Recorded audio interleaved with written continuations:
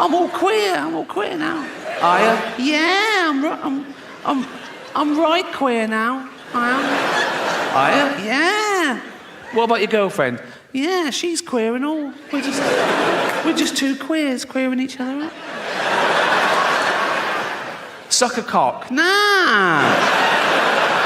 No, didn't think so. I'm not that sort of queer. What sort of a queer are you? Dyed my hair blue. So did my grandmother, and she fucking loved cock, so what are we saying?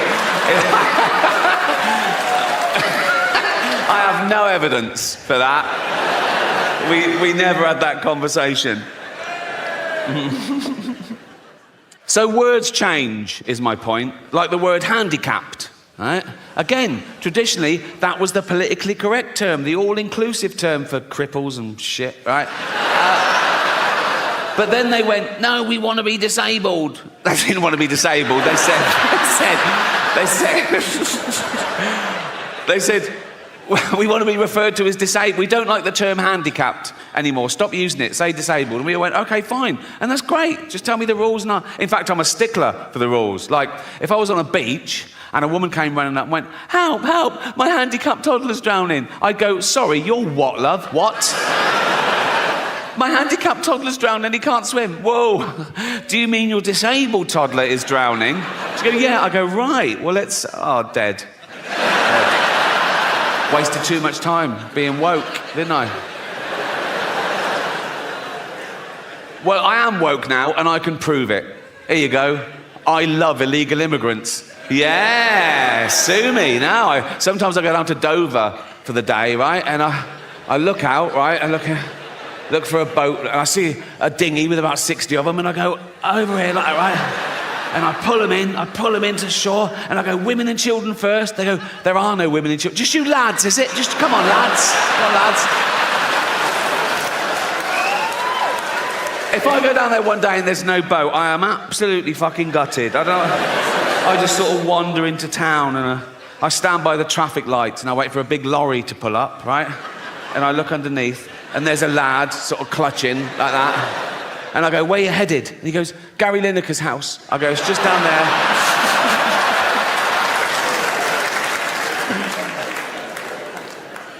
Yeah. Fuck borders. Fuck, we don't need borders, do we? Be like the Vikings. They didn't care about borders, did they? I've got a little bit of Viking blood in me. Well, we all have, because of all the raping they did. They say it was raping and pillaging, but I think it was mainly for the raping. I think they added the pillaging bit for the wives. I mean, they went down one day and went, right, we're off to Great Britain. Oh, why? Just a bit of pillaging. Just pillaging. Just pillaging, babe. All right. Why are you wearing your rape hat?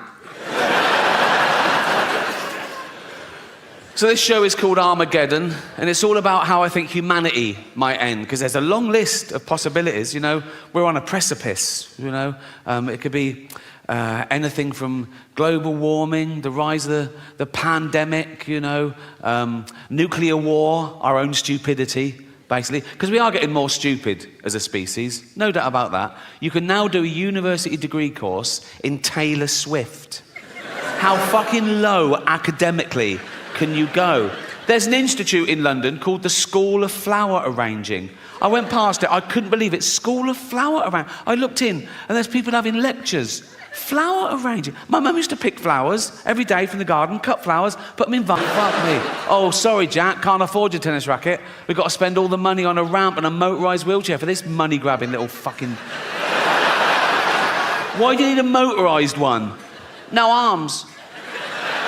That's fair enough. That is fair enough.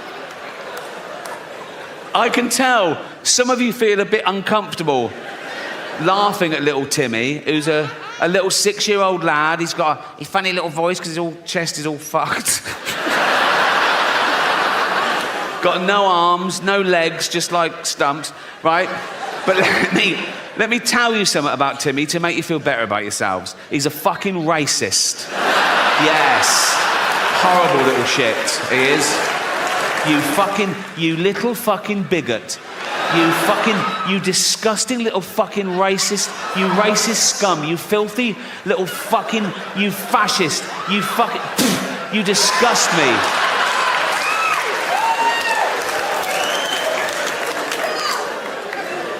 Homophobic? Yeah. He's like, they're not like us.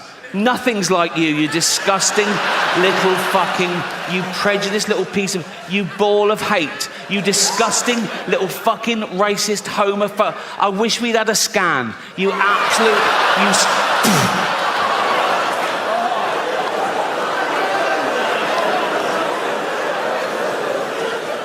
you... Misogynist. If he could, he'd rape. There's your little Timmy.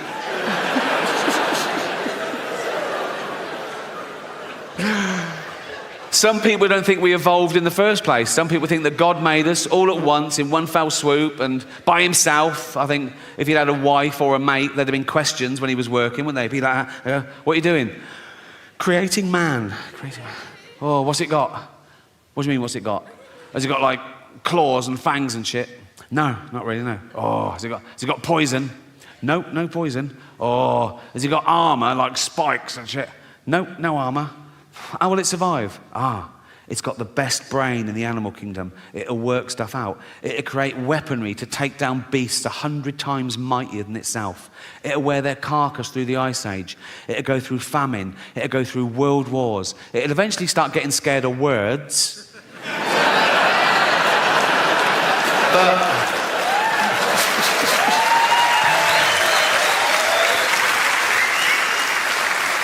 For 10,000 generations, it'll be top dog. Oh. What are they?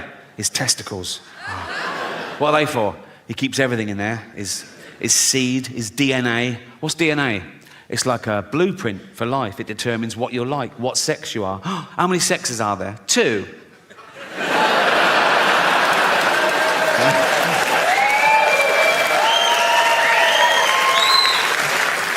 Also, that's where he keeps his testosterone, so he's fucking well hard, right? And if you take a finger and flick a testicle, he's fucked. He's absolutely fucked. He's thrown up, he's on the floor, he's out of the game, absolutely kippered. Why are you putting it on the outside? For a laugh, just for a laugh. Artificial intelligence, the latest existential threat to humanity. The rise of the robots, so intelligent, they can teach themselves, they can teach each other, they can build each other, you know? Soon they know everything there is to know and they hate us. Why wouldn't they, right? And they'll be so realistic, they'll walk amongst us, they'll go to work, right? You know when they're getting really human? When they start calling in sick. Mondays, I mean, they've learned all the tricks. They go, oh, I'm not coming in today. Why not? Oh, fed up. What's the matter with you? They sort of scan social media. ADHD. Self-diagnosed. They'll be in HR all the time, won't they? Be like, Ryan in accounts is robophobic. What would he say? Call me a whiny plastic cunt. I think we should be allowed to insult robots when it's happened, you know, because we've made them to make our life easier, and that would get things off our chest, because it's bad enough, isn't it, with real people, you're getting in trouble, saying the wrong thing, people taking things the wrong way now, like, oh my God, oh, I made fat Linda cry today, oh, what happened? I just shouted out to her, then I remembered we only call her that behind her back. I'm sure people didn't used to get offended all the time when I was little. I might be remembering it wrong, but not grown-ups, not your parents, not your grandparents. They grew up dodging bombs and their firstborn having polio and the menfolk dying at 50 of lung disease. They could take a fucking joke, right? It was all about the wind-up. I used to wind up my mum all the time. This is a true story. When I went off to university, after about a week, I phoned home. My mum answered. She went, "Hello?" I went, "It's Ricky." She went, "You all right?" I went, "Not really. I'm in hospital. I think I'm blind." She went, "What?" I went, "No, I'm only joking." Right? She went, "You silly bugger." She went, "I could have had a heart attack." Right? And she's right. She could have had a heart attack. And I knew that. That's how committed I am to having a laugh. You're welcome. You're welcome.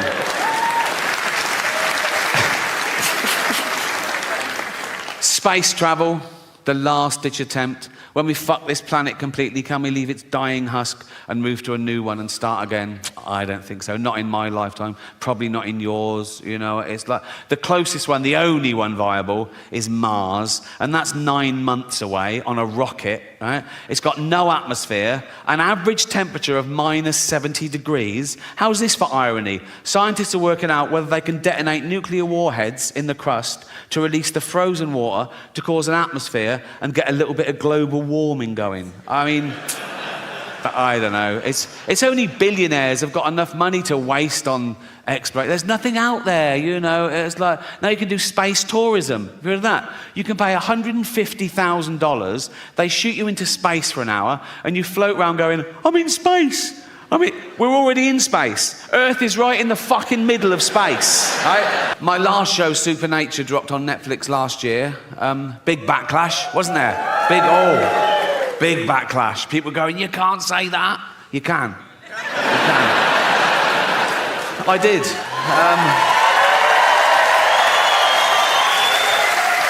Yeah. The inevitable backlash, which made it the most watched special of the year, so... I've learnt my lesson. No, I have learnt my lesson, and that's why I'm going to be woke from now on. It's about time. Well, I'm sorry. Well, I am woke, and now I'm woke. The first thing I've got to do is change my Twitter bio. Because at the moment, it's like a list of the shows I've created. But now I'm woke, I've got to pop in the word anti-fascist. So people know I'm not a fascist, because that is a big problem at the moment. People come up to me on the street and they go, Rick, have you been imprisoning journalists? I go, no. They go, oh, interesting. They go, have you been gassing Jews? I go, no. They go, well, pop it in your bio then, you silly cunt.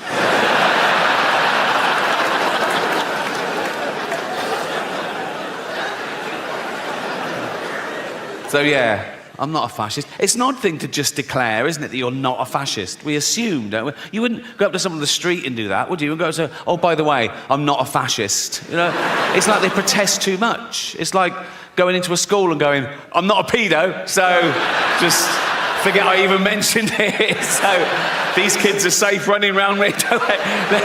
They can run around naked for all I care. I'm not a pedo, so... Of course, the word fascist has changed. Traditionally, the word fascist meant a member of a far-right authoritarian regime that uses militarism and violence to suppress individual rights. Now, the word fascist can mean liked a Joe Rogan tweet.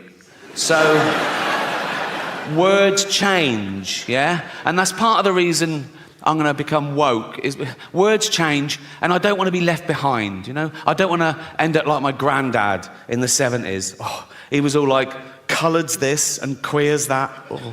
Although the word queer is all right again now. So if you wait long enough, it just goes full circle. Just be patient is my...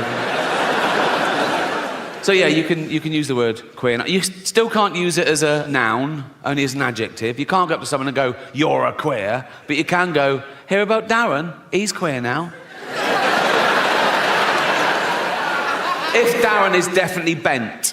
You can't go around just slagging off Darren willy-nilly. Do you know what I mean? You can get sued in this country for saying someone's gay if they're not, you know, which is a homophobic law, because you can't be sued the other way around. You can't be sued for saying someone's not gay if... He goes, yeah, you know you can say retard. Why? Think, you thick cunt. Just think.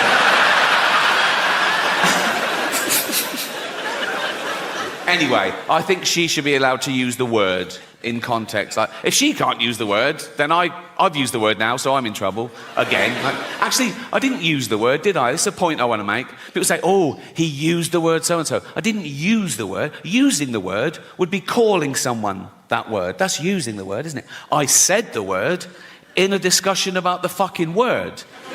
That should be allowed, shouldn't it, amongst adults? And if there's one thing we should all agree on, whatever side of the political fence you're on, we should all agree that free speech is still a really good thing. It always has been. And Always will be. But now there's factions of people go, oh, no, we got it. We don't like it. We've changed our mind. It wasn't going well for us. We don't like free speech anymore. People who want free speech, they only want free speech so they can go around saying awful things, which just isn't true. And even if it was, the good thing about free speech is people can say awful things back. It's a really good system, right? And you can't say anything under the laws of free speech. That's a total misconception. There are loads of caveats to free speech, all of which I agree with, actually. You can't incite violence. Good rule. You can't slander people. Good rule. You can't libel people, you know? Fascinating fact about libel law. You can't libel the dead. So I could stand here and say, Gandhi used to take it up the arse. If I wanted. Which I do.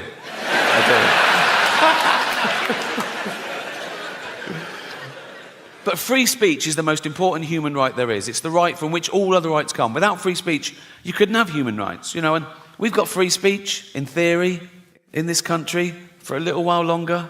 We can criticise the government, we can criticise the police, but we should give props to a country that allows us to do that, because we're the envy of some countries. In some countries, you criticise the police, you get beaten up, or worse. You criticise the government, you can be thrown in jail for life, you know. So they flee their oppression, quite rightly. You know, so would you. They flee their oppression, and they come here, they go, we want to come to England. We go, why? They go, free speech. We go, come on in, welcome. What are you going to do now? We're going to go on a march. What are you going to say? How shit England is. Cheers. Thank you. Thank you. That is their right. But I'm too old now not to say what I want, you know. I want to say and do what I want all the time. I want to do my favourite thing all the time. I don't even like doing my second favourite thing if I think I could be doing my favourite thing. Do you know what I mean? Like my favourite thing is play tennis. I play every Friday. I keep Fridays free. I look forward to it. I play tennis. It sets me up for the week. So if ever on a Friday I have to do my second favourite thing, like 3 weeks ago, attend a neighbour's kid's funeral, I'm like... This is boring. But we all want respect, right? In society. We can't help that. That's in our evolution. That's groups elected from when gossip used to control the tribes, right? And there's still two ways you can raise your status in society. One, be competent at something. Like, oh, he's a good hunter. Go with him. He's good for the tribe. The other way you can raise your status is have virtue. Like, oh, he's not a great hunter, but he's wise or kind or whatever, you know. And then, with the advent of social media, people suddenly discovered they could just say they were virtuous. No evidence, no proof, just loads of flags in their bio, right? And they would raise their status by bringing other people down, catching other people out. Oh, look what he said. Oh, he's not as virtuous. Look how good I am. Look how bad. And that's where the term virtue signalling comes from, right? And I hate it when they bring their kids into it. You can believe what you want, have opinions what you want, vote how you want, but go on a march, great. But when I see a 5-year-old holding a placard, he doesn't know what that says. That's the adult, you know. Like I saw someone tweet this once. Someone tweeted, my 4-year-old just looked up at me and said, Mummy, why does Rishi Sunak hate poor people? Never fucking happened, right?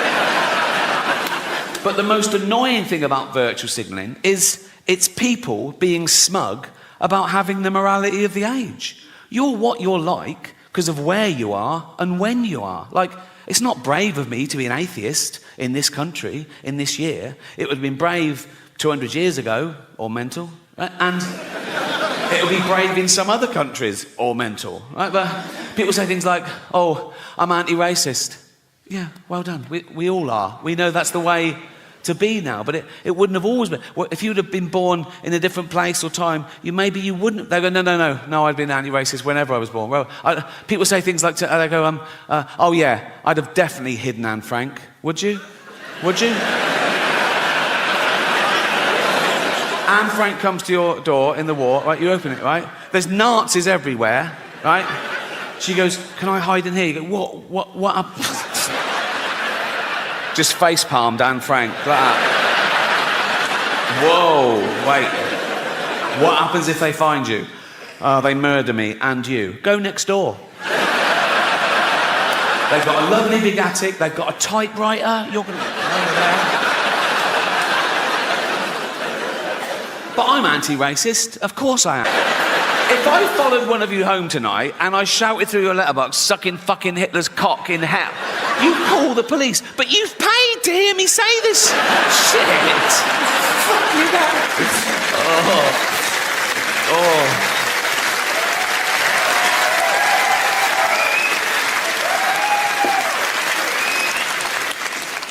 I'll tell you what's very popular in England at the moment, and in America, particularly California.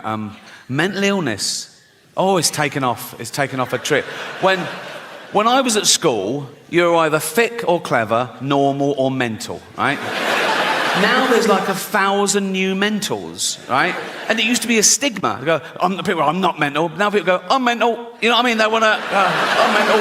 It's like everyone I know in media is ADHD. They go, I'm ADHD. I'm ADHD. Yeah, so I'm ADHD. Take the test. Yeah, I took the test 5 times. Passed it on the 5th. Oh, well done. Right? They go, and it's like, I'm writing a song about it, I'm writing a poem about it, I'm writing a book about it. Oh, well, yeah. And they brag about it. They put it in their CV and in their... it's got disorder. When did we start bragging about having a disorder? 20 years ago, you wouldn't have got given a business card and it said Ron Pike, anal warts. You know, just...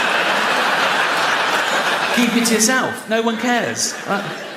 I think the new pandemic amongst the youth is going to be fear and anxiety, because now we've had a whole generation who grew up with social media. Instant gratification doesn't build character. They're not socialised properly. They can't deal face to face with people because they're used to hiding behind an identity and an avatar, and now they've got teachers and parents enabling their mental illness as opposed to trying to snap them out of it. And now they fear the thing they once loved. They're worried about the internet and AI. Young people are really worried about artificial intelligence. And I say this about AI: if it starts becoming a burden, switch it off, right? Like we did Nan.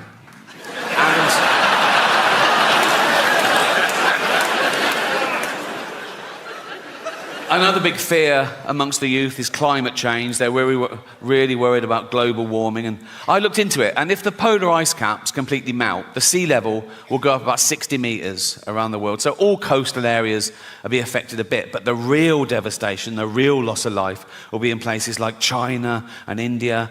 So relax. It's fine. But we all suffer from a bit of mental illness. We're all on the spectrum, aren't we? We've all got a little bit of OCD or anxiety or whatever. Like I'm a hypochondriac, right? Every morning I wake up and I think, right, what's wrong? Like I go, what's that? Is that wasn't there yesterday? That was, what's that? And I Google it. I think, what? And I catastrophize as well. So I Google it and the first sort of like 5 or 6, I'm fine with. Like it goes, it could be anxiety, yeah, could be lack of sleep, yeah, I didn't sleep. Could be lack of fibre, yeah, I'll have some more fibre. Could be lack of vitamin B, I'll get it. And then I just keep pushing me. Like it goes, could be cancer. I go, it's cancer. Once I came out of the bathroom and I went, Jane, I think I've got bowel cancer. She went, we had beetroot last night. I go, oh yeah, cheers.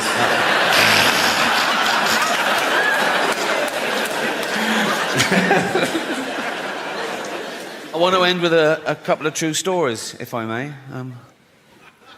As I said, I think this is my most honest and confessional show so far. So I want to talk about something I haven't talked about before, and that's to give you a glimpse behind the curtain of the Golden Globes. Right? And thank you.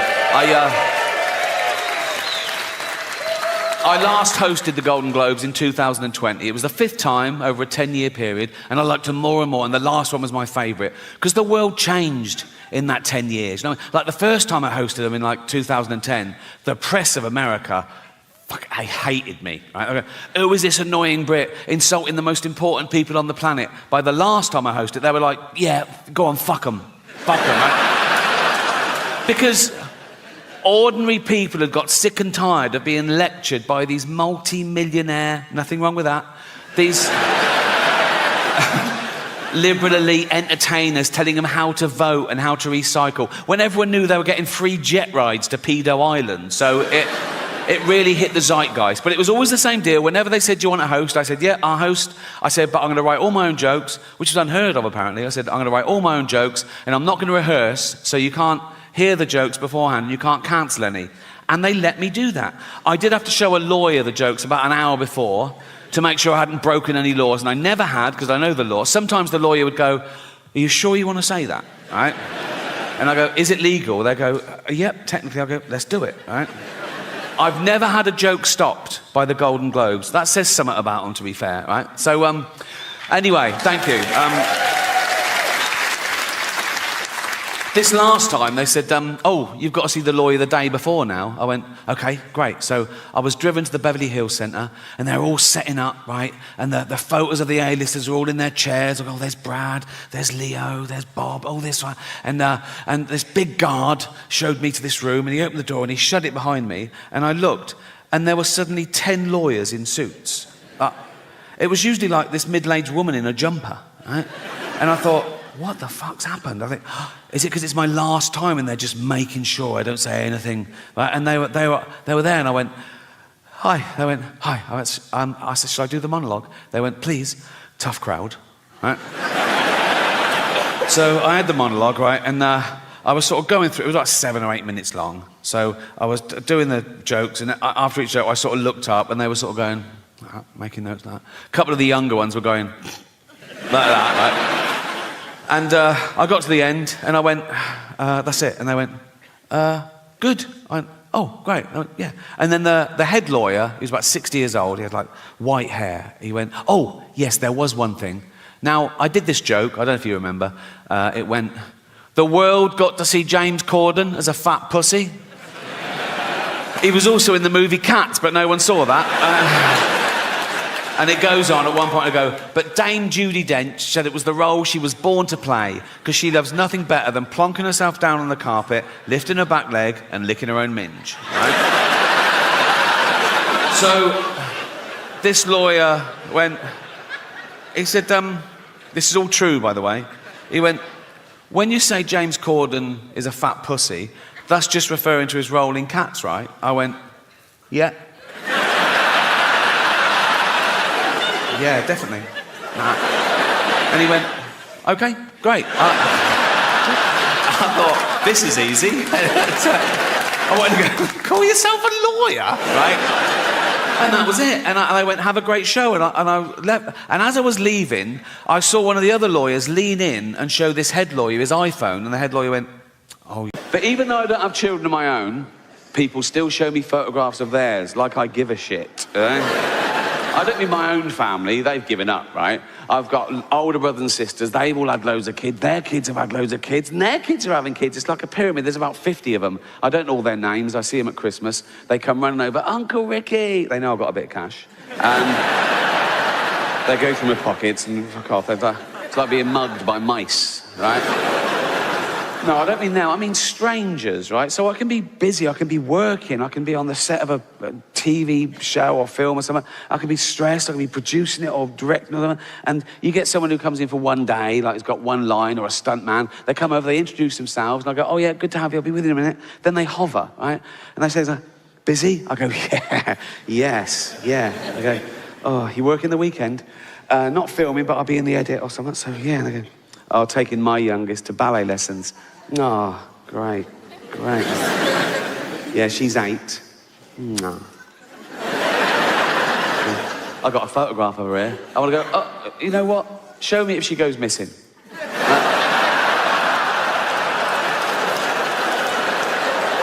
I'll keep an eye open in the woods. You know what I mean?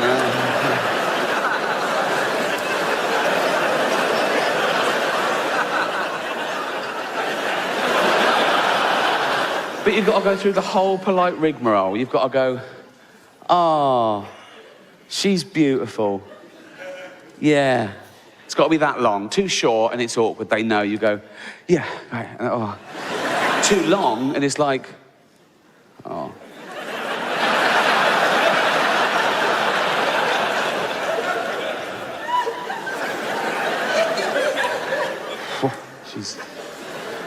She's fucking beautiful. It's a minefield, isn't it?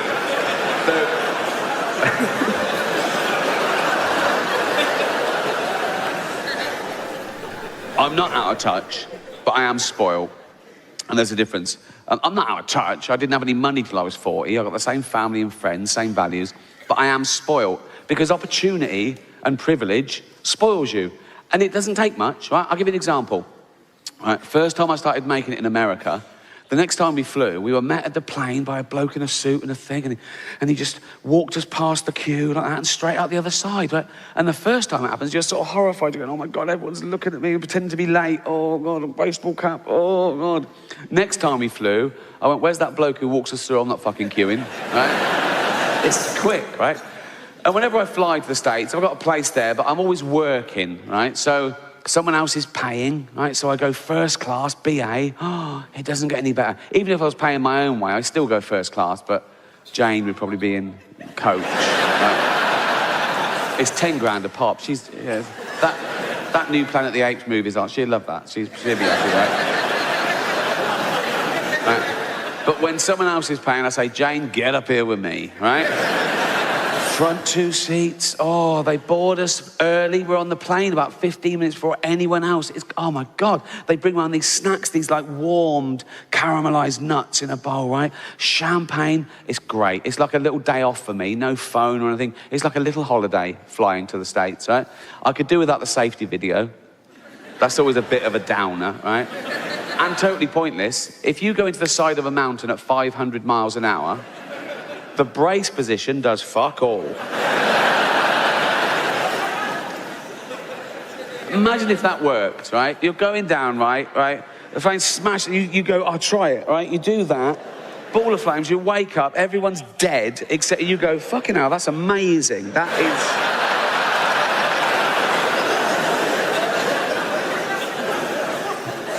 And they always use that voice, don't they, on the safety? They always use that voice, that calming, hypnotic voice. Like, nothing bad will happen. They're saying horrendous things, but they're trying to make you think nothing bad will happen because I'm using this voice, so don't worry about it, right?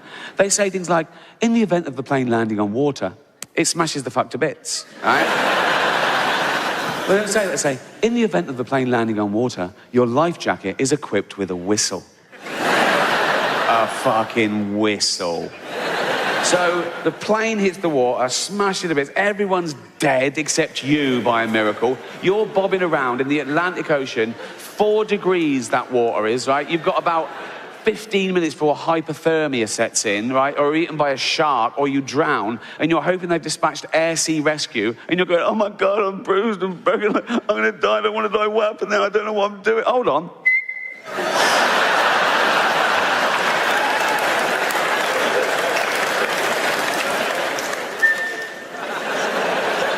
I mean, air sea rescue. Now, I don't know if you've ever been in a helicopter. Of course you haven't, right? But they're fucking loud, right? It's like having your head in a washing machine. You have to wear earplugs and then ear defenders. Your teeth rattle. It's like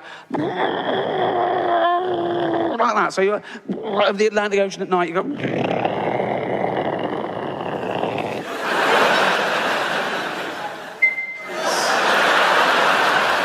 Never gonna happen. It's never gonna happen.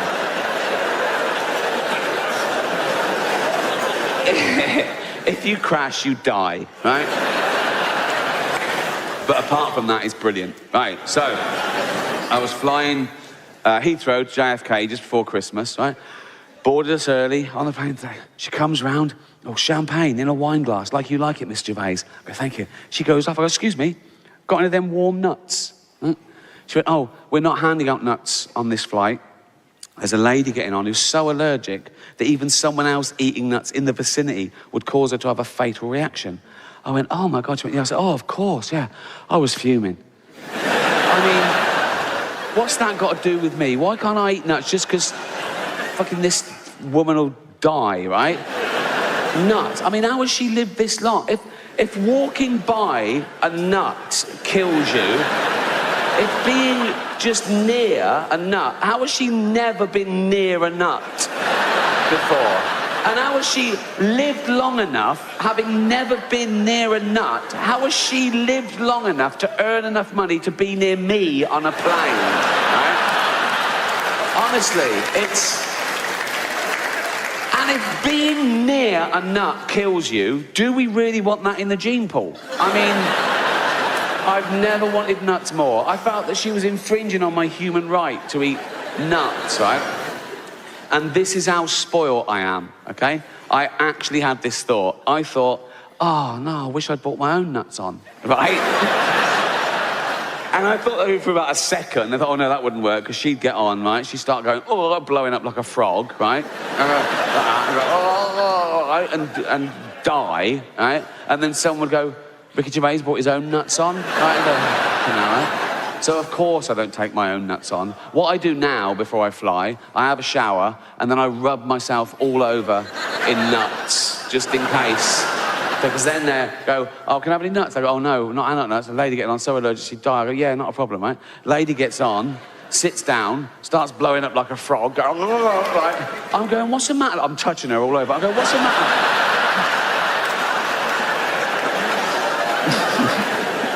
What's the matter, love? And she goes, oh, nuts, right? And dies, and I go, who's been eating nuts? I get off scot-free. So I got to America, I went on a chat show, right? The Tonight Show with Jimmy Fallon, right? And I told that story, the whole thing, right? And went well, audience laughed, great, went out, fine. Next day on Twitter, outrage. And by outrage, I literally mean one person going, how dare you, right? This woman had seen that she was like, I saw you on Jimmy Fallon, it was disgusting, making fun of nut, and my daughter's nut intolerant, how dare you, children die. I'm going, oh my God, who's this woman? And she's tweeted me about 15 times. She starts atting NBC and Jimmy Fallon. I'm going, why is she stirring up trouble? How many followers? 23, ignore it, don't worry about it. Right? And you know when you're being told off and they use your own silly words against you, like a teacher going, what, you find so-and-so funny? And because the teacher's really angry, right? Yes, you do find that thing funny. Whatever she said, would you find it funny if my daughter blew up like a frog? Yeah, because you saying that, yes. If you said that at the funeral, I would, yes, yeah. So, right, and then someone else gets involved, Ohio Mums Against Nuts, right?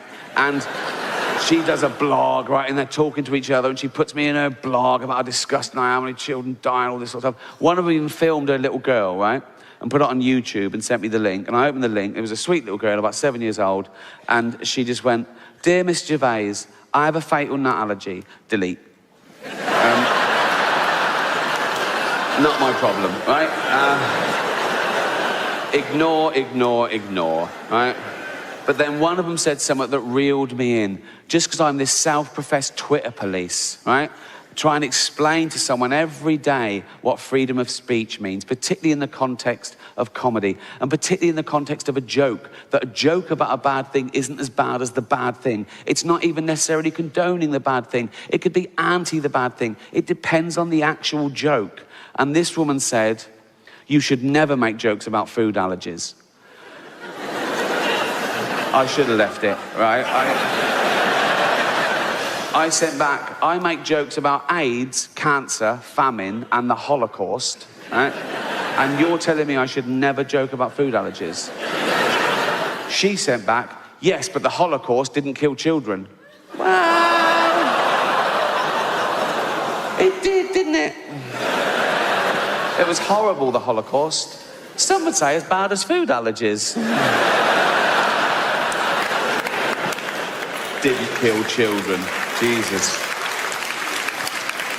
It did kill children. Oh my God, Hitler killed 12 million people, many of them children. Hitler, I've just got to say, Hitler, you couldn't make him up. He is the worst human being to ever walk the face of the earth. He's a crazy, evil, racist, narcissistic serial killer.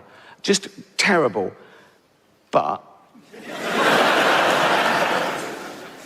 if I was throwing a dinner party and I'd been slaving all day over a hot stove, right? And I was getting everything ready, right? And there was one place left, and I had to either invite Hitler or that little girl with food allergies.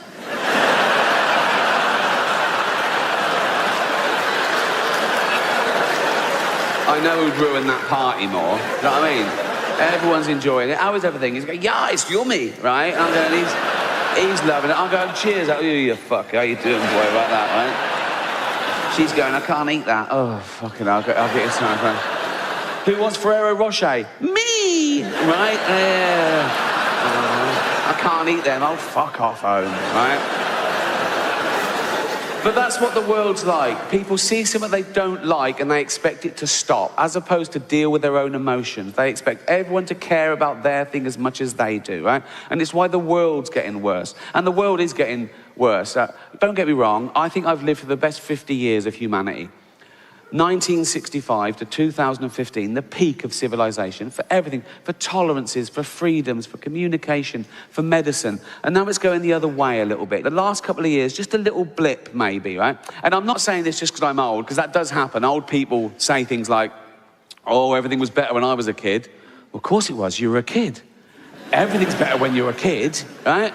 Being old is the shit bit. Whatever's happening in the world, being old is the... I wake up these days and I go, oh, fuck, I didn't die. Right? Got to do it all again. I'm usually hungover, headache, liver pains. I can't walk for the first 5 minutes because I've got no joints in the knees, right? I'm getting fat again now, right? Now, I was thin till I was about 28, like proper skinny, like 9.5 stone, right? Then I got a job, right? And the next sort of 20 years were what I call my eating years, right? And I just got steadily fatter and fatter till I reached a peak of unwellness and blobbiness when I was about 48 years old. And it was one Christmas, I was at home, lying on the floor, right?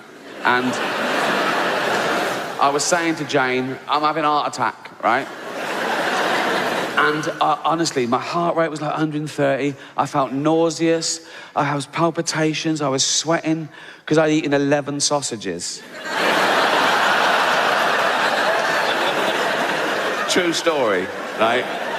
I was like one of them snakes. You know when you see a big, like, python swallow a pig whole, and then it's just fucked. It's just like, it's for a week, it's like a duffel bag, just there. That was me, right? And obviously I wasn't having a heart attack, but it worried Jane. She said, you've got to start looking after yourself. I thought, yeah, you're right, 48. So I started working out, right? I started working out every single day. I didn't give anything up, right? I don't eat meat anymore, but I was having like 2,500 calories, 3,000 calories a day, including wine every night, right? But I burnt it off the next day. Just so I could do all that, I worked out for an hour and a half every day, running, weight training. I had more time on my hands than the average person. I had a gym built in my house. I had no excuse. And I lost about 20 pounds, and it was great. But now, I still eat and drink too much, right? But I physically can't burn off the calories. I can't do enough because I'm so old and broken and tired.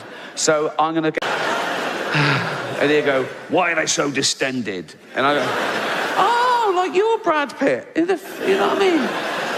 Sorry, are we talking or raping here? Can we... So he's like, you fucking atheist. He's probably bored and he's fucking atheist every fucking day, like that, right? And his little gargoyle comes up and he goes, Satan. And he goes, what? And I go, yeah, what? And he goes, there's a fundamentalist Christian up here. Fuck this. He'd be on him like a ton of bricks, wouldn't he? So I got that tweet. I loved it. And all I did was retweet, right? And just watch the fun. People piling on, going, loser, and all this. And he's fighting back really witlessly, saying things like, go fuck your sister, you English faggot. That makes no sense at all. And I forgot about it, went off, did something, came back. A few hours later on Twitter again, I think, oh, what's happening there, right? And it's still all going off, right? It's really funny. I'm laughing at all the replies, like people saying things to him, right? Like, I'm scrolling down. There's one tweet just directly to me from this woman. She says, what, you find rape funny? No. What? No. What? Ricky Gervais find rape funny? No. Listen, what? Ricky Gervais find rape funny? No. Listen, everyone. Listen, right? No. Right? So I said to her, no, I didn't tweet that. She went, no, you retweeted it. I went, well, yeah, just to show you he's an idiot. I just showed her, well, yeah, but you must find it funny. You must find it amusing. It's not, no, it's not a frivolous thing to be laughing. I said, well, no, I just, so I said, well, it's up to him, isn't it? I go, well, not really. So I said, well, it is up to him. He can do it. So now I'm arguing with quite a nice, sane person, presumably, who thinks this sort of thing's mental. But I'm fighting for his right to fantasize about me being raped by the devil. Right? Because I'm so conscious of freedom of speech. What a topsy-turvy world, right? Although her opening gambit annoyed me a little bit as well, because she did that thing that people do. She said, she didn't say, what, you find jokes about rape funny. She said, what, you find rape funny. And the answer to that is no, of course not. No one finds rape funny. Not even rapists find rape funny. Do you know what I mean? There's never been anyone giving evidence going, well, it was dark and he was wearing a ski mask and he was giggling. That's never...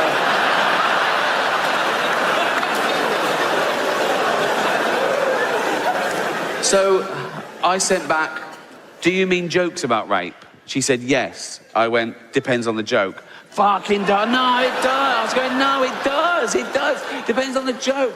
I said, of course it does. It's about context. It's about the content, right? I said, what do you mean by a rape joke? And she said, even a joke with the word rape in it is unacceptable. I said, that's ridiculous. It depends what the joke is. I said, and I tweeted that clip of me in the office going, I think there's been a rape up there. Right?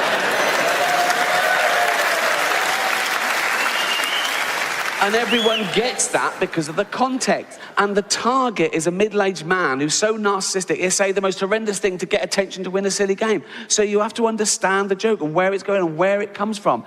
And I said, some jokes don't punch up or down. They don't punch anywhere. They can just be a little pun, a silly play on words that don't really mean anything, right? And the example I gave was a joke that went around when I was a kid. Even adults told it, right? I tell you, it was a woman goes running into a police station. She says, help, help, I've been raped. And the policeman says, do you mean raped? She says, no, there was a bunch of them. Right?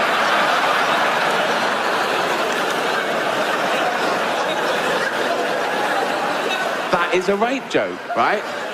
So, and I even said to her, I said, no, I agree in most, real rape jokes. Rape jokes where they're fucking horrible and the victim is the target. They're disgusting. I'd never tell those. But it depends on the joke, not the word or the subject, right? And I think I calmed it down. I said, and they agreed, yeah, some jokes are worse than others, right? And she ended it with saying, well, okay, I see your point, but still, I will laugh at a joke with the word rape in it when I know that no one in the audience has been raped, right? I should have left it. I just sent back, what a weird door policy.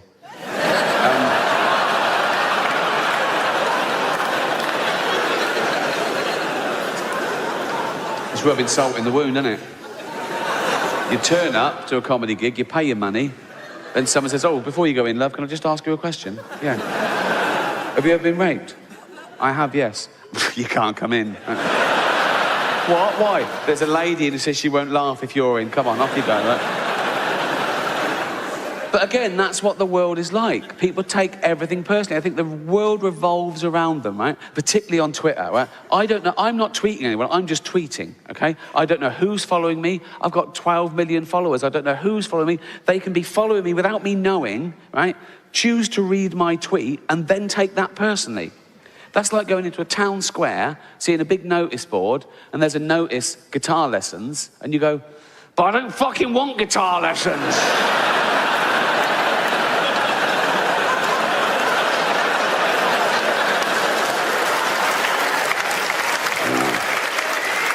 What's this? There's a number here. All right, call that, right? Are you giving me guitar lessons? Yeah. I don't fucking want any.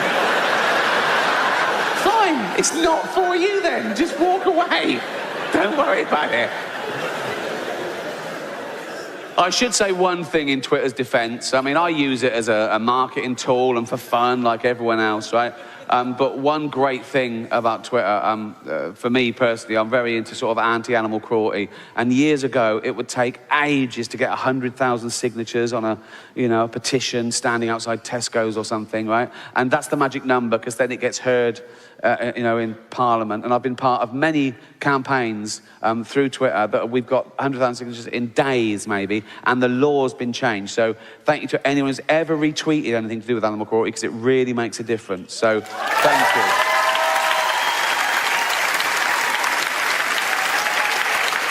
But even something as like clear and distinct as animal cruelty, right? You think no one's going to argue with that, are they?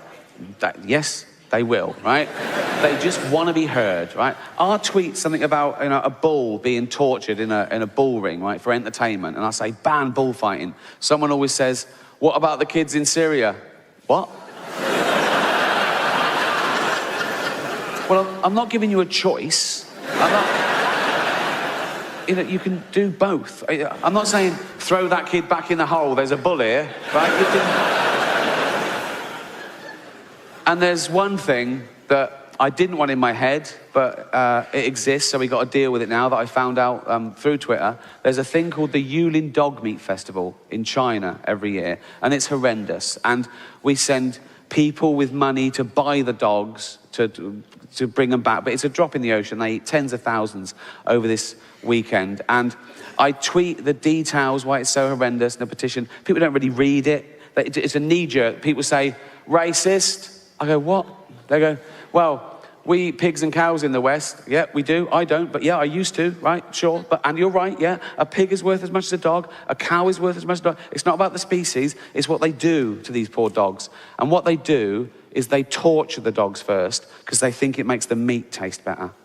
They beat them. They blowtorch them. They even skin them alive. And I saw this picture on Twitter of this opening of this ceremony. These two guys in this Chinese square, and they're skinning this dog alive, and it's screaming, and they're laughing. I thought, that's the worst thing I've ever seen. Can I tweet that? I thought, yeah, I've got to. So I tweeted the picture with a petition, and I just said, one beautiful creature and two ugly cunts skinning it alive, all right? And it took off, loads of retweets, and it made the press. I got one tweet back from a woman that said, is that language necessary?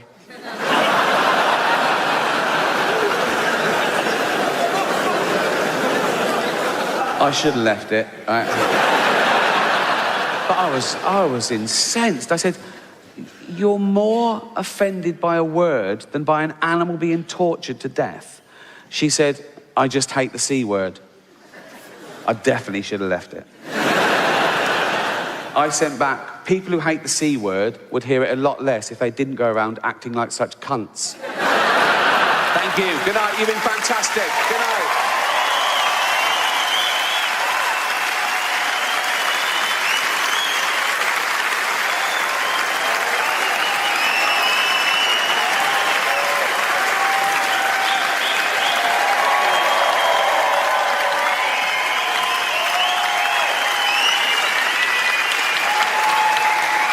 Cheers, thank you so much. Thank you so much. I hope you enjoyed the show. I hope no one was offended. No, I really do, because that's never the point. I've always wanted people to know they can laugh at bad things without being bad people. And I think it's my upbringing. As I say, I grew up in poverty with nothing, right? But the point was to pay your way, then have a laugh. That was the men. The women carried on working, obviously. But it was my older brother, Bob, who was about 11 years older than me, and it was him who I first saw making these dark jokes right in the bad situation. While the bad things were happening, he was making jokes about it, and people were laughing, and I realised, oh, he's healing them. That's what comedy's for. That's what humour's for. It gets us over bad stuff, right? Typical Bob story. He once spent an hour in the pound shop in Hayling Island just asking the cashier how much everything was. Just to see if he could break this poor man's will. Right? And Bob was the first person I saw answer back to authority, and the first authority you come across are your parents, right? And he'd have an argument, he'd get in trouble, he'd get sent to bed, right? But I thought, no, he won the argument though, right? And he teased my mum, and so my mum was a typical working class woman, I think, in that, as I say, we lived in a shitty area, right? And most of the houses had like a bit of mud and a stolen bike and fence posts missing. She mended the fence, she turfed the garden herself, she painted the step, because she thought if it looked respectable, we'd be respectable. So it was about reputation, I guess. And so Bob would send her postcards that just read, is that paedophile postman still reading your mail?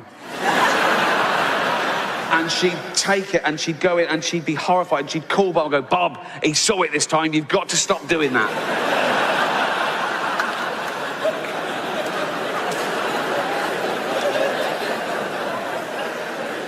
Even at her funeral, my mum died first, and my dad carried on for a year or so, just drinking beer in the garden, and he went, right? But for my mum's funeral, we sort of split up into different duties. I went and did sort of catering and flowers, and Bob went to see the local vicar. That was a mistake, right? We'd never been to church. He didn't know us. We didn't know him. So he just said to Bob, tell me about your mum so I can say a few words. And Bob saw that as an opportunity, right? So Bob, with a straight face, said to him, well, she was a keen racist. And the vicar went, oh, I can't say that. Bob went, OK, but she liked gardening, right? And he was trying to get something past the vicar, so the vicar would say something and make us laugh in church. He didn't warn us, right? And he did get something by the vicar. So we're called Ricky, Robert, Bob, Ricky, Robert, Marsha, and Larry. Now, Larry is the oldest. He's in his 70s, born in the war, right? I've always thought he was the sensible one, okay? I suppose firstborn, weight of the world on his shoulders. In fact, my mum told me that when he was a teenager, he got a job and he gave her the money to bring up the rest of us, to help out, right? So he's a stand-up guy, Larry, right? So Bob gives the vicar the wrong name. Didn't warn us. We're all in church, right? Start of the funeral, we're all there, right? Packed out, right? The coffin comes down, guided by the vicar, the coffin gets out. The vicar goes to his pulpit, all confident with his little notes, right? And he goes, Eva leaves behind 4 loving children, Ricky, Robert, Marsha, and Barry. And we snort like that, right?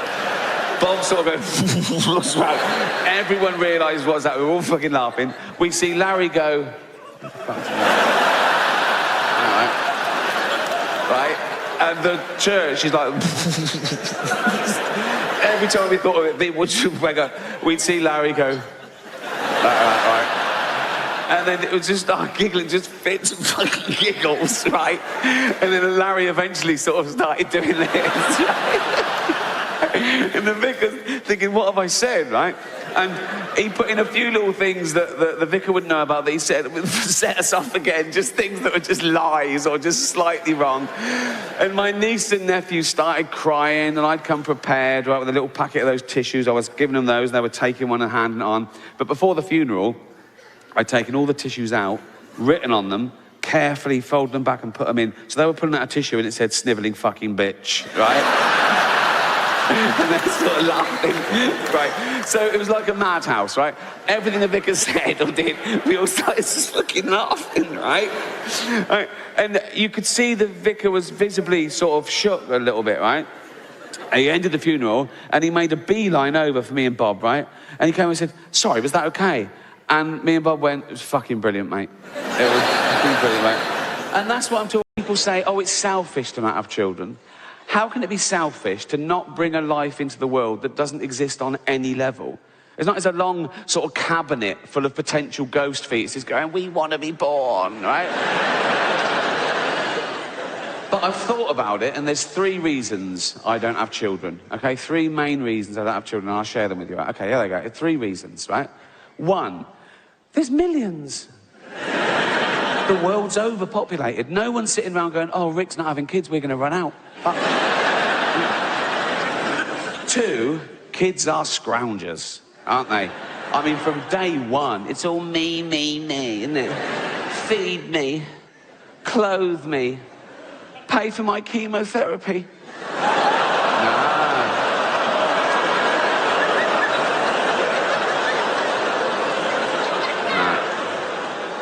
Not my problem, son. Not my... Luck of the draw, boy. Luck of the draw. It costs the average household in the West $200,000 to bring up a child, right? And you don't see that back. They don't want to pay you back. They're not grateful. They don't go, oh, thanks for having me every day. They go, I didn't want to be born, right? Even if they get a top job, right, which they won't, okay? You'll never see that money back, right? They just put you in a home, okay? And my kid, he'd be born into ridiculous wealth, wouldn't he? So,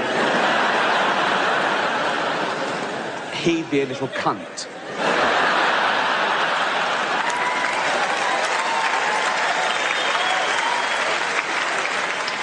A little Hampstead cunt.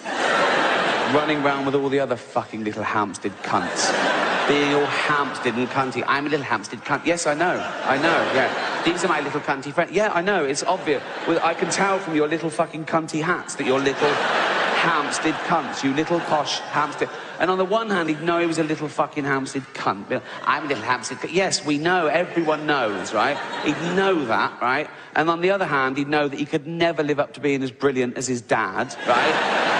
I'd say, you know, I worked my way up from nothing and I gave it to you and you're just a little useless Hampstead cunt. You'd go, yeah, and that would probably prey on his little mind a bit, wouldn't it? Like 11, 12, he'd sort of be a naughty boy, run with the wrong crowd, try and get out from under my shadow, right? And then he'd turn to drugs, and about 13, he'd come home and he'd overdose on my Afghan rug. 20 grand, that was, right? And as he was there, right, convulsing and throwing up his fucking lungs, right, and with his little posh, high-pitched fucking death rattle, right? In little fucking dying words, he'd go, do you love me now, Daddy? No. No, I never did, and that's why you're never going to be born, you useless fucking junkie Hampstead cunt.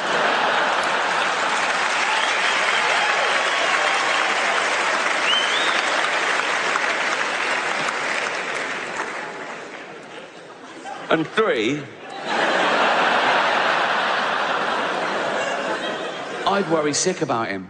No, I would. I've only got a cat at the moment, and I worry sick about her. I check the door 3 times when I go out, so, you know, she doesn't escape. I put food and water in every room in case the door's shut. She's peckish for 20 minutes, right? A human baby, oh my God, the responsibility of a human life. I'd watch it sleep. You know, we've said how weak and vulnerable they are. It's like, oh my God, you perfect little thing. You, oh, flesh of my flesh. Go to sleep in your expensive cot. Oh, night, night, sleep tight. Don't let the bed bugs. Oh, dead.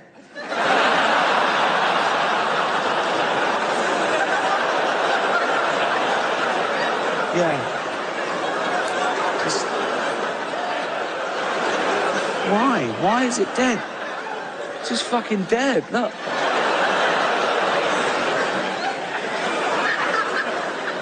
Fuck's sake.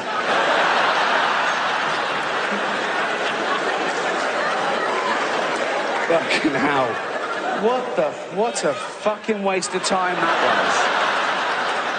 was. Fuck's sake. Embarrassing. Jane? What? Come here. I'm in the shower. Come here. What? Fucking dead already. I just fucking hell, Jane. You call that a baby? That is... If Jane was out, I'd have to text her, wouldn't I? What could you... Baby's dead. She'd come back, whoop, what the fuck? I go, yep. Forget the Pampers, lol.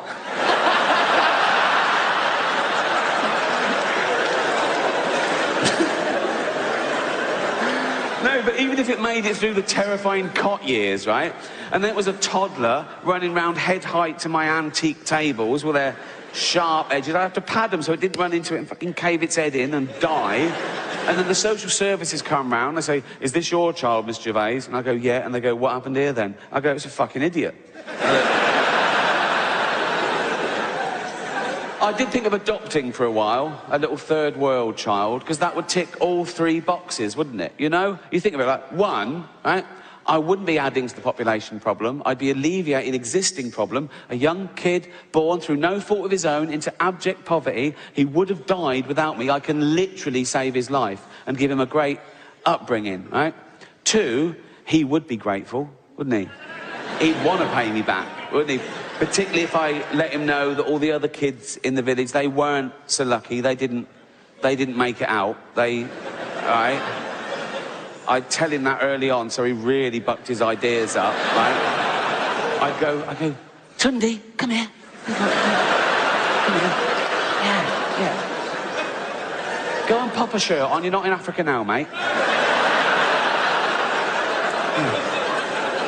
That's better. Yeah. Tundi, yeah. Water straight out of a tap, innit? Yes. Yeah. No, it's not free. It's Hampstead. There's a little, you know, but... Yeah, of course it's safe. Safe fresh drinking water. Have as much as you want. Have a bucket full. Straight out of that fresh drinking water. There you go. Go and clean the car. Go on.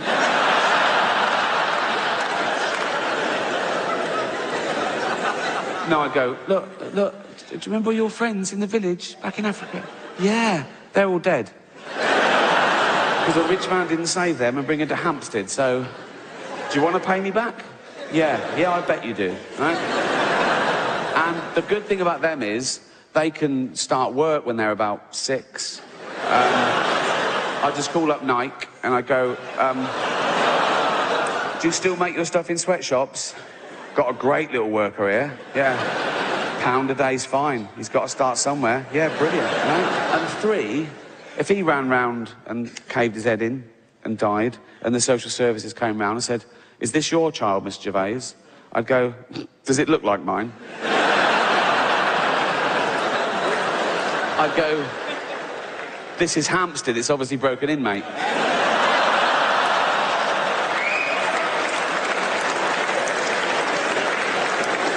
That's why I don't have kids.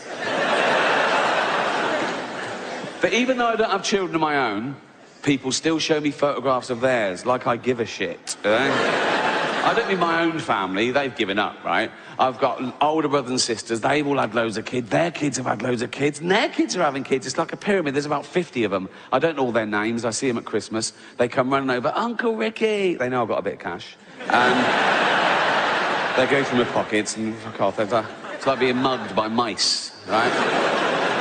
No, I don't mean them, I mean strangers, right? So I can be busy, I can be working, I can be on the set of a TV show or film or something. I can be stressed, I can be producing it or directing it. And you get someone who comes in for one day, like he's got one line or a stunt man. They come over, they introduce themselves, and I go, oh yeah, good to have you, I'll be with you in a minute. Then they hover, right? And they say, busy? I go, yeah, yes, yeah. I go, oh, you working the weekend? Not filming, but I'll be in the edit or something. So yeah, and they go, oh, taking my youngest to ballet lessons. Oh, great. Yeah, she's 8. No. I got a photograph of her here. I want to go, oh, you know what?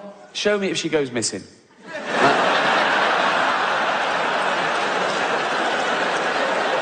I'll keep an eye open in the woods. You know what I mean?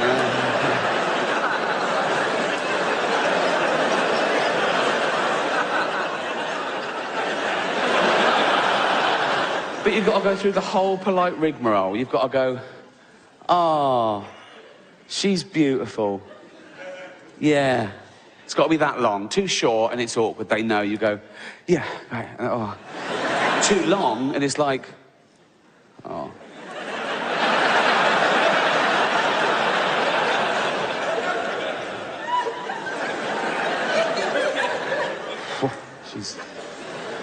She's fucking beautiful. It's a minefield, isn't it?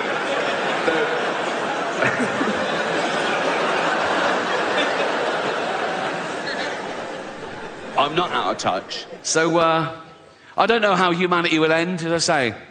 There's a long list, everything from, I can't believe nuclear wars back on the table, after all we've learned.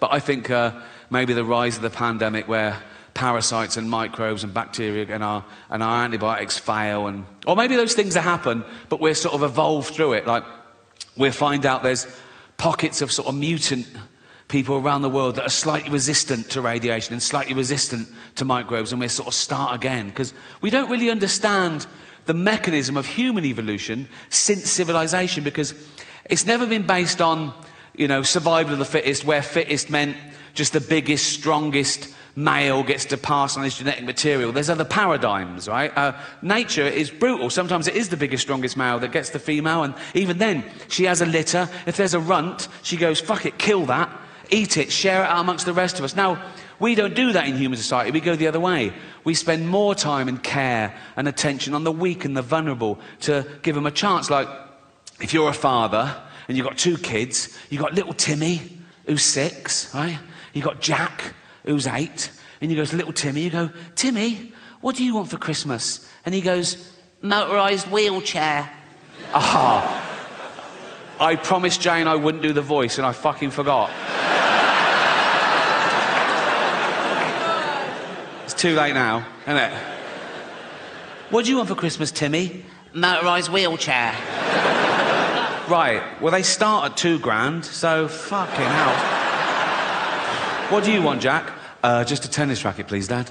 Oh, good lad. How is your tennis? Best in the school. Oh, you... Also a ramp. Fuck me.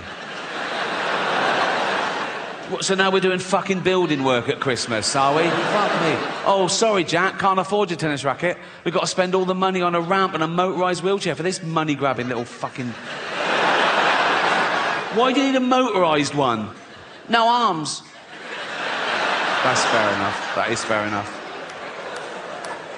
I can tell some of you feel a bit uncomfortable laughing at little Timmy, who's a little 6-year-old lad. He's got a funny little voice because his chest is all fucked. Got no arms, no legs, just like stumps, right?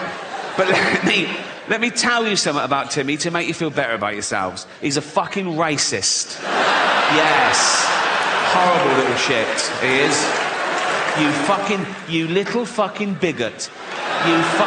You disgusting little fucking racist, you racist scum, you filthy little fucking, you fascist, you fucking, you disgust me.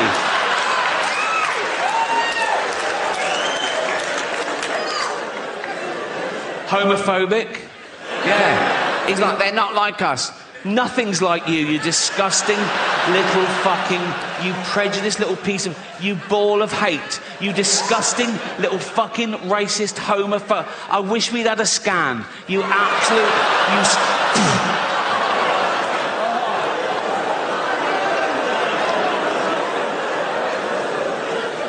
you... Misogynist? If he could, he'd rape. There's your little Timmy. But things happen with age. But it's good and bad. I'm at that age now where it's totally acceptable for me to back in a lorry driver I've never met before. Do you know what I mean? If you're 20 and really skinny, they go, fuck off, mate. But I can go, you're all right, you're all right. Go on. Whoa! Be careful, plods around the corner.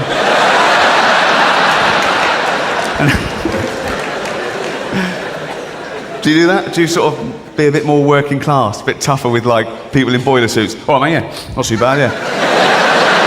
Do you want a cup of fucking tea? Right. Anyway, I wet myself. Good. After I came back, I told my friend about the wee incident, and my friend went, oh, you should have gone commando. What? That would have been less embarrassing, wouldn't it? So now I look down, I think, oh, I've wet myself, what can I do? Oh, I know, they're coming off too. That's as dry as a bone, Doc. Should have gone commando. Do commandos not wear pants? Why is it called? They must wear pants, don't they? Yeah.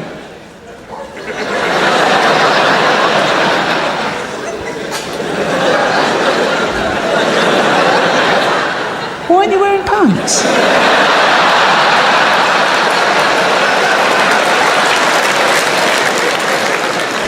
What? I'm a commando and I'm wearing pants. I've never heard that phrase before. I've never heard that phrase. They're going to see that. Just a little bit.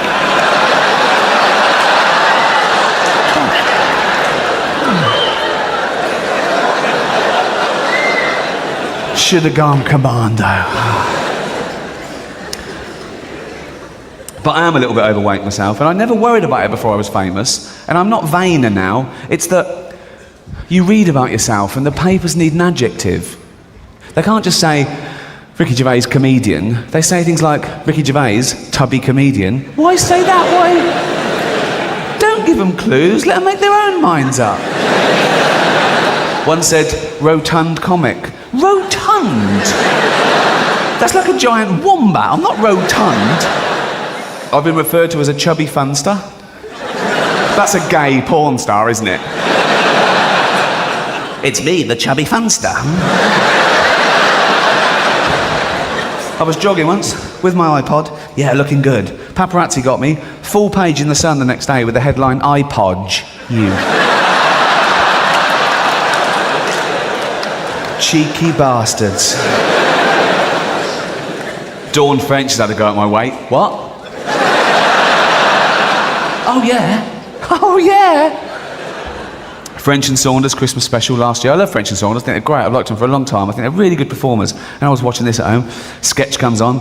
Bubbly Dawn knocking on the door of a house. Inside is Jennifer going, "Who is it, please? Yes? Who is it, please? It's me. Who's me? Me, the little fat one with the big ego." She opens the door. "Oh, I thought you meant Ricky Gervais."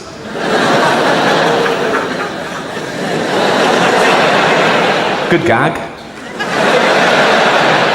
No, it is a good gag. If you hand it out, you've got to take it. Comedians have a go, you know, it's fine. And she's putting herself down. She's lumping us both in. You know what I mean? She's saying, we both got egos. We probably have got egos. We're performers. Although, if Dawn was here, you wouldn't be able to see that. I'm joking.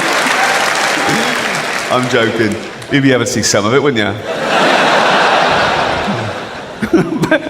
But it would spell Roy. Oh dear. She started it. No, she's putting us both down. She's going, we both got egos and we're both fat, and we are both fat. Different categories though, isn't there? There's different weight classes. Do you know what I mean? It doesn't tell the whole story. On a scale of too thin, average, bit fat, me, Dawn. She started it. It's not a disease. Therefore, it's not a worthy cause. Talking of which, saw someone collecting the other day for ME. Not MS, not the crippling wasting disease. Oh no, ME. That's the one where don't feel like going to work today. Ding, ding, ding, ding. Oh. ME. I apologise to anyone who suffers from ME. You're not going to have a go, are you? No.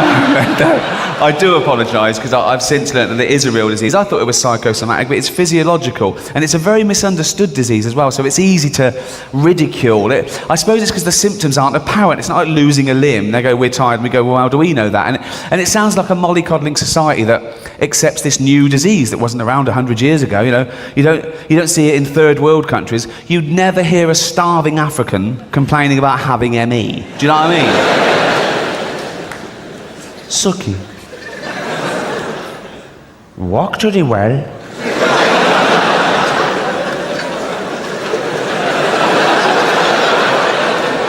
This is not racist, okay? I don't want to have my perfume contract taken away like Jade Goody. It got madder and madder, didn't it, that Celebrity Big Brother? I mean, it started off well. Opening night, H from Steps comes out as gay, and we're all meant to go, you're joking. And his name's Ian Watkins. I was like, where's the H? All these years, that must have just stood for homosexual. He was trying to give us clues, wasn't he? He was trying to come out. Or, what's your name? Or, just call me H.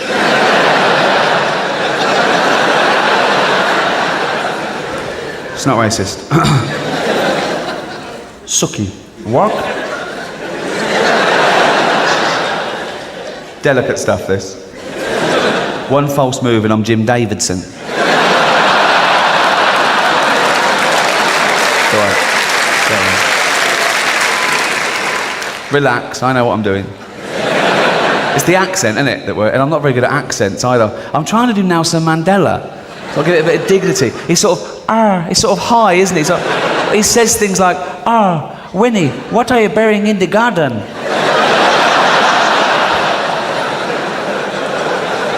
It's not racist, it's fine, it's not. It's an impression. People are very worried about that, aren't they? They go, is that racist? Can you say that? Well, we're taken the wrong way, particularly this year, because it's 200 years since the abolition of slavery, so awareness is heightened. But that wasn't the end of racism. It was still inherent in society as late as the 50s and 60s in England and America. And one incident sparked off the civil rights movement. A black woman called Rosa Parks refused to give up her seat to a white person on a bus. It was the law, but she'd had enough. And she was arrested. But then that law was changed. But she didn't stop there.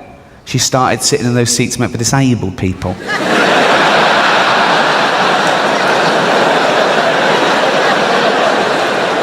Unbelievable. Isn't it? She talked to the driver when the bus was in motion. What is politics? What? The phone signal where I live in Hampstead is shit. I walk around the mansion going, can you hear me now? And if you make a phone call in the lovely cobbled streets of Hampstead, you can have 5 bars, having a chat, lovely. Well, you go one step in the wrong direction. Do you know why the phone signal's so shit in Hampstead? Because everyone's posh there. And no one wants one of those pylons in their garden because they look shit and give you cancer. But I've said to the council, let's find a blind person who's already got cancer. Put it in their garden. Don't even fucking tell them. Don't even...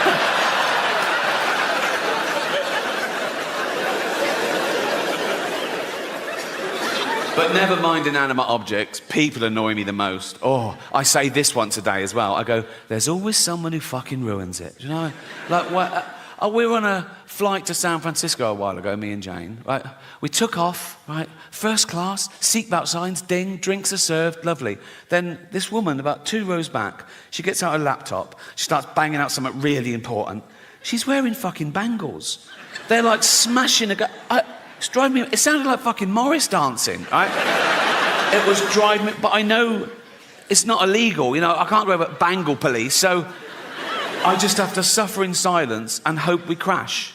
That is how I get over things now. If someone's really annoying me, I just sort of stare at them and I just imagine us both dead one day. And it's sort of... You know, like here I was thinking, oh, imagine the pilot going, oh, we're going down, the plane was going down, right, we're going to die. And I look over it and she's going, ah, and I go, and then the plane just smashes into a mountain and we're all fucking burnt. But I live 1 second long enough just to look over and see her totally fucked. Whatever gets you through, you know?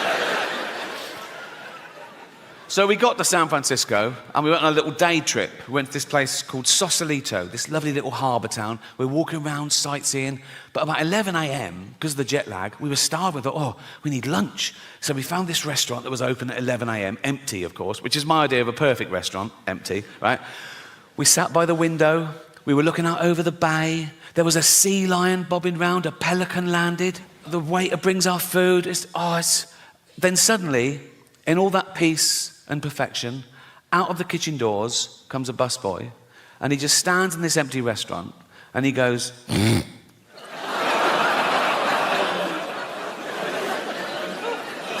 I looked at him, I looked at Jane. Jane didn't even look up. She just went, nothing we can do. Like that. So I'm all alone, right, and the sweat starts. I just get a sweat, right? I go, okay, he's going to do it again, he's going to do it again. Sure enough, I bang my fork against the plate and I just look at him like that. And Jane goes, he doesn't know why you're staring at him. I go, I want him to know. I want to go, you okay? I go, not really. You know, you keep doing that, right? Jane goes, for heaven's sake, he's a busboy. He's at work. Let's just eat and go. So meal ruined, right? And I wasn't allowed to do anything, right? So this is how I got through the last 10 minutes of that meal. It's absolutely true, right? I'm eating. Every time I went, cunt!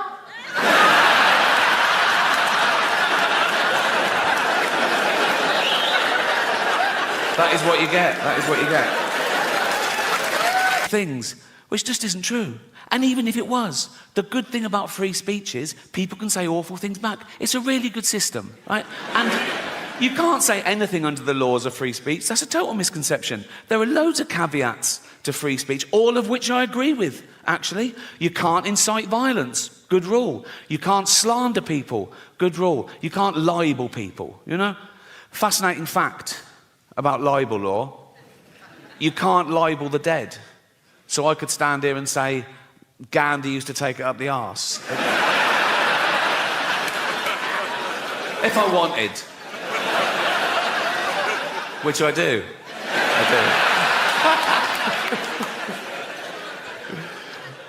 But free speech is the most important human right there is. It's the right from which all other rights come. Without free speech, you couldn't have human rights, you know, and we've got free speech, in theory, in this country, for a little while longer. We can criticise the government, we can criticise the police, but we should give props to a country that allows us to do that, because we're the envy of some countries. In some countries, Criticise the police, you get beaten up, or worse. You criticise the government, you can be thrown in jail for life, you know. So they flee their oppression, quite rightly. You know, so would you. They flee their oppression, and they come here, they go, we want to come to England. We go, why? They go, free speech. We go, come on in, welcome. What are you going to do now? We're going to go on a march. What are you going to say? How shit England is. Cheers. Thank you. Thank you. That is their right. But I'm too old now not to say what I want, you know. I want to say and do what I want all the time. I want to do my favourite thing all the time. I don't even like doing my second favourite thing if I think I could be doing my favourite thing. Do you know what I mean? Like my favourite thing is play tennis. I play every Friday. I keep Fridays free. I look forward to it. I play tennis. It sets me up for the week. So if ever on a Friday I have to do my second favourite thing, like 3 weeks ago, attend a neighbour's kid's funeral, I'm like... This is boring. My most honest and confessional show so far. So I want to talk about something I haven't talked about before, and that's to give you a glimpse behind the curtain of the Golden Globes. Right? And thank you. I last hosted the Golden Globes in 2020. It was the 5th time over a 10-year period, and I liked them more and more, and the last one was my favourite, because the world changed in that 10 years. You know, like the first time I hosted them in like 2010, the press of America, they hated me. Right? Who is this annoying Brit insulting the most important people on the planet? By the last time I hosted, they were like, yeah, go on, fuck them. Fuck them, right? Because... ordinary people had got sick and tired of being lectured by these multi-millionaire, nothing wrong with that, these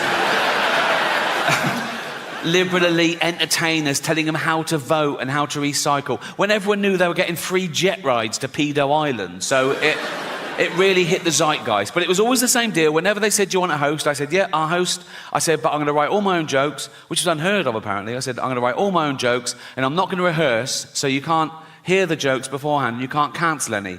And they let me do that. I did have to show a lawyer the jokes about an hour before to make sure I hadn't broken any laws, and I never had, because I know the law. Sometimes the lawyer would go, are you sure you want to say that? Right? And I go, is it legal? They go, yep, technically. I go, let's do it. Right? I've never had a joke stopped by the Golden Globes. That says something about them, to be fair, right? So, anyway, thank you. This last time, they said, oh, you've got to see the lawyer the day before now. I went, OK, great. So I was driven to the Beverly Hills Centre, and they're all setting up, right? And the photos of the A-listers are all in their chairs. I go, oh, there's Brad. In society these days, actually, a paedophile is the worst. Goes paedophile, then racist. A racist paedophile is the worst. If I met a racist paedophile, I'd go, fuck the little black ones too, you bigot. You know?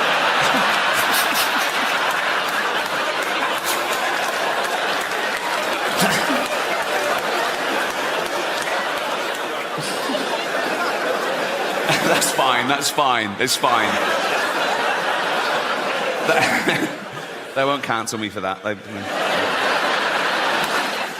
I mean, they've been trying to cancel me for about 15 years, and they've always failed. And often the people trying to cancel me have been other comedians writing for the posh papers, doing that thing they always say, he's punching down. Well, comedy should punch up. We only punch up. We punch up. Their idea of punching up, they have a go at Boris Johnson. How the fuck is that punching up? You know, the cunt is learning disabled. He's like this fucking waterlogged Gary Busey, fucking albino Eggman thing. He can't string a sentence together. Have you heard him talk? He's like, he's a fucking moron. I punch up. I have a go at people like, I don't know, Stephen Hawking, right? Yes, the greatest brain that's ever lived. He can take it, and he wouldn't even have minded when he was alive because he's part robot, isn't he? I think he's basically a talking chair, so you can say what you want. And he was on Epstein's Island, apparently, so fuck him. I don't... What was he doing there? Why do I want to go? Why? Why do I? You're like just there doing fuck. I would go. What? I know pedos who'd kill for a ticket to that, and he's just taking up a space. It's probably DEI or something, and they go, we need one. Like, I'll go, what are you doing here, Steve? He go, I'm thinking weird shit. Fuck off.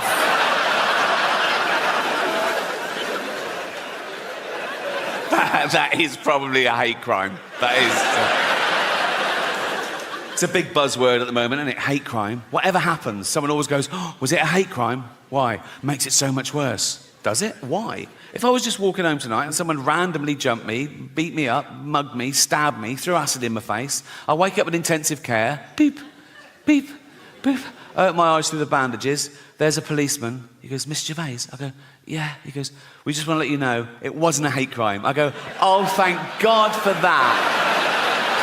Pretty hateful, isn't it? But no, a hate crime is something that's based on your race, disability, sexuality. So a guy with a gun, he wants to kill someone at random. He sees a crowd. He goes, eeny, meeny, miny, mo, bang, kills someone, dead. He goes to court. The judge goes, why did you kill that person? He goes, no reason. The judge goes, so you're not a bigot? He goes, right. Yeah. Oh, why do you like London so much, Rick? Because you get a round of applause for not shitting yourself.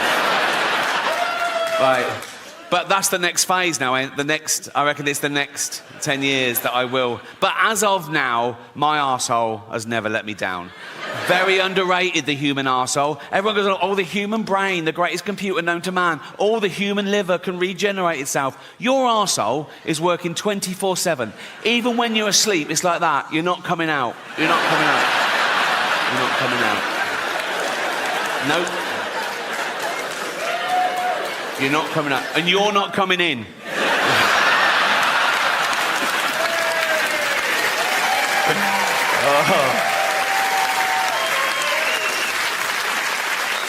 Because it's like a sewer in there, isn't it? But you've got a lovely little manhole cover. Think of that in real life. Walking along a pavement, it's lovely pavement. If that burst, and you know what's in a sewer, don't you? Piss and shit and cum and dead goldfish, fetuses. In China, just the girl ones. Relax.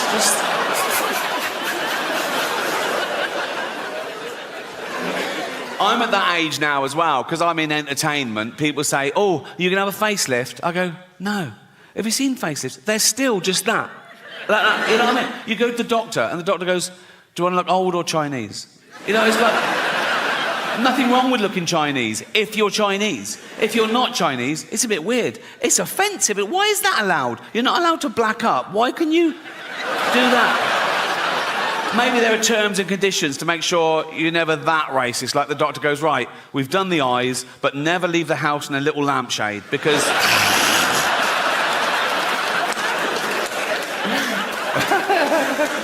Oh, so childish. It's so childish. But I hope you agree it was a positive show. It wasn't about death, it was about life. And some people are so worried about dying, they forget to live. And some people are so scared to do something. Oh, no, that's dangerous, that's dangerous. All the most fun things are dangerous. Roads are dangerous. Alcohol is dangerous. Alcohol is a poison. I should know. I sell it. Dutch barn. Right? So, yes, right. Alcohol gives you brain disease, liver disease, kidney disease, heart disease, mental illness, but it does loosen you up at parties. So... think of all the babies born through alcohol, yeah. Many of them deformed if the mother carried on drinking. But the good thing about being born deformed is, you... Hear me out. The good thing about being born deformed is you can start drinking at a much younger age and no one gives you... Do you know what I mean? You see a normal kid drinking, you go, you little bastard. You see a deformed kid drinking, you go, yeah, go on. You know what I mean? You know what I mean. You're 8 or 9, you've had 27 painful operations, you've met Ollie Murs, have a drink, you know. Well, as you can see, I've run out of quality material show so far, so I want to talk about something I haven't talked about before, and that's to give you a glimpse behind the curtain of the Golden Globes, right? And, thank you. I last hosted the Golden Globes in 2020. It was the 5th time over a 10-year period, and I liked them more and more, and the last one was my favourite, because the world changed in that 10 years. You know, like the first time I hosted them in like 2010, the press of America, they hated me. Right? Who is this annoying Brit insulting the most important people on the planet? By the last time I hosted, they were like, yeah, go on, fuck them. Fuck them, right? Because ordinary people had got sick and tired of being lectured by these multi-millionaire, nothing wrong with that, these liberal elite entertainers telling them how to vote and how to recycle, when everyone knew they were getting free jet rides to Pedo Island. So it really hit the zeitgeist. But it was always the same deal. Whenever they said, do you want to host? I said, yeah, I'll host. I said, but I'm going to write all my own jokes, which is unheard of, apparently. I said, I'm going to write all my own jokes, and I'm not going to rehearse, so you can't hear the jokes beforehand, and you can't cancel any. And they let me do that. I did have to show a lawyer the jokes about an hour before to make sure I hadn't broken any laws, and I never had, because I know the law. Sometimes the lawyer would go, are you sure you want to say that? Right? And I go, is it legal? They go, yep, technically. I go, let's do it. Right? I've never had a joke stopped by the Golden Globes. That says something about them, to be fair, right? So, anyway, thank you. This last time, they said, oh, you've got to see the lawyer the day before now. I went, OK, great. So I was driven to the Beverly Hills Centre, and they're all setting up, right? And the photos of the A-listers are all in their chairs. I go, oh, there's Brad, there's Liz. And they went, good. I went, oh, great. I went, yeah. And then the head lawyer, he was about 60 years old, he had like white hair. He went, oh, yes, there was one thing. Now, I did this joke, I don't know if you remember. It went, the world got to see James Corden as a fat pussy. He was also in the movie Cats, but no one saw that. And it goes on, at one point I go, but Dame Judi Dench said it was the role she was born to play because she loves nothing better than plonking herself down on the carpet, lifting her back leg and licking her own minge. Right? So this lawyer went, he said, this is all true, by the way. He went, when you say James Corden is a fat pussy, that's just referring to his role in Cats, right? I went, yeah. Yeah, definitely. Nah. And he went, OK, great. I thought, this is easy. I wanted to go, call yourself a lawyer, right? And that was it. And I went, have a great show. And I left. And as I was leaving, I saw one of the other lawyers lean in and show this head lawyer his iPhone. And the head lawyer went, oh, yeah. He went, oh, sorry, Ricky, can you come back a minute? Right, so I'm there. I went, yeah. So he had the phone there. They'd looked up the word minge. I thought I'd gotten away with it, right? So it's now like I'm getting told off. And the head lawyer said, now it says here that the word minge is a derogatory term for female genitalia. I went, well, yeah, it's a slang word for vagina in England. You don't even use it here, do you? He went, no, we don't, but we go around the world, and with due diligence, now we know it's derogatory, we'll have to bleep that word live. I went, don't bleep the word, like, because people at home won't know what I've said. It'll ruin I said, it's literally the punchline. He said, if it's derogatory, I have to... I said, well, what word could I use that you wouldn't bleep? And he went, well, you could say vagina. I went, I'm not saying vagina, right? Nothing funny about it. It's so clinical. I was thinking, Judi Dench at home going, why is he talking about my actual vagina, right? I said, minge isn't like that. It's like, it's not so specific, because vagina's so... Where's your vagina? There, right? Where's your minge? There. It's like... Then one of the younger lawyers went, what about box? I went, I'm not fucking saying box, mate, right? So imagine looking at her own box. Right? I said, minge is perfect. I said, people won't know what... If they're American, they won't know it. I said, it's not offensive. It's like... I said, kids use the word in England. Right? They weren't having it. So I said, what about flange? Right? So they looked up the word flange, right? And he went, well, that'd just be confusing, because in America, a flange is a part of a sink unit. I went, oh, well, I said, please let me say minge and don't bleep it. I was really rooting for minge. Right? It was like 12 Angry Men. I go, no one's leaving till I can say minge. Right? And after about 10 minutes, I wore them down. Whatever they said, that won't work. So I was going, please. I said, I'll write them. You won't get any complaints and all this sort of... And eventually, the head lawyer went, OK, you can say minge. I went, and you won't bleep it. He went, no, we won't bleep it. I went, you promise? He went, yes. And I left. I knew they would. And they fucking did, right? So, when I said minge, I pointed.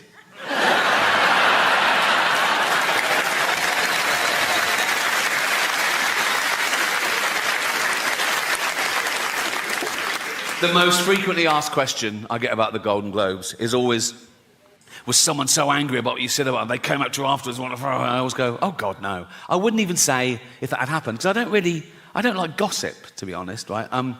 There was one guy I thought took it the wrong way, right? It wasn't the cameras went to him, and I'm not in control of the cameras, so I think he was caught in the headlights. It was Elton John, right? But it wasn't a bad joke. I was introducing Madonna, okay? And I later found out that him and Madonna were in this feud, and he hated being mentioned in the same sentence as her. But I didn't know at the time. I was confused, right? And it wasn't part of the monologue, but I'm there for like 3 hours, right? And now and again, the stage manager put a head around the door and go, do you want to introduce so-and-so? And I go, yeah, fine. And I come out and I either do it straight or I ad-lib. And this was little ad-lib because I saw Elton in the front row, right? So this was a joke. I came out and I said, our next presenter is the Queen of Pop. Not you, Elton. Sit down, right? And it sort of went to him, he sort of went, and I was like, oh, fuck, he hated that. And I was thinking, why is he, I was like, oh, God, do you think I'm homophobic? Oh, I'm not homophobic. There's always in my head. Then I thought, he must have heard worse, right? In the 1980s, right, when Elton John was in the closet, he wasn't out, he was married to a woman, right? He was also chairman of Watford Football Club. And he and his then wife would go along and watch Watford play, and the entire crowd would sing, "Don't bend down when Elton's around or you might get a willy up your arse."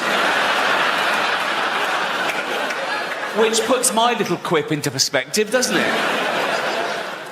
I don't know how football fans know how to start at the right time in the same key. Do they hand out sheet music before we're doing Willy up the arse in C?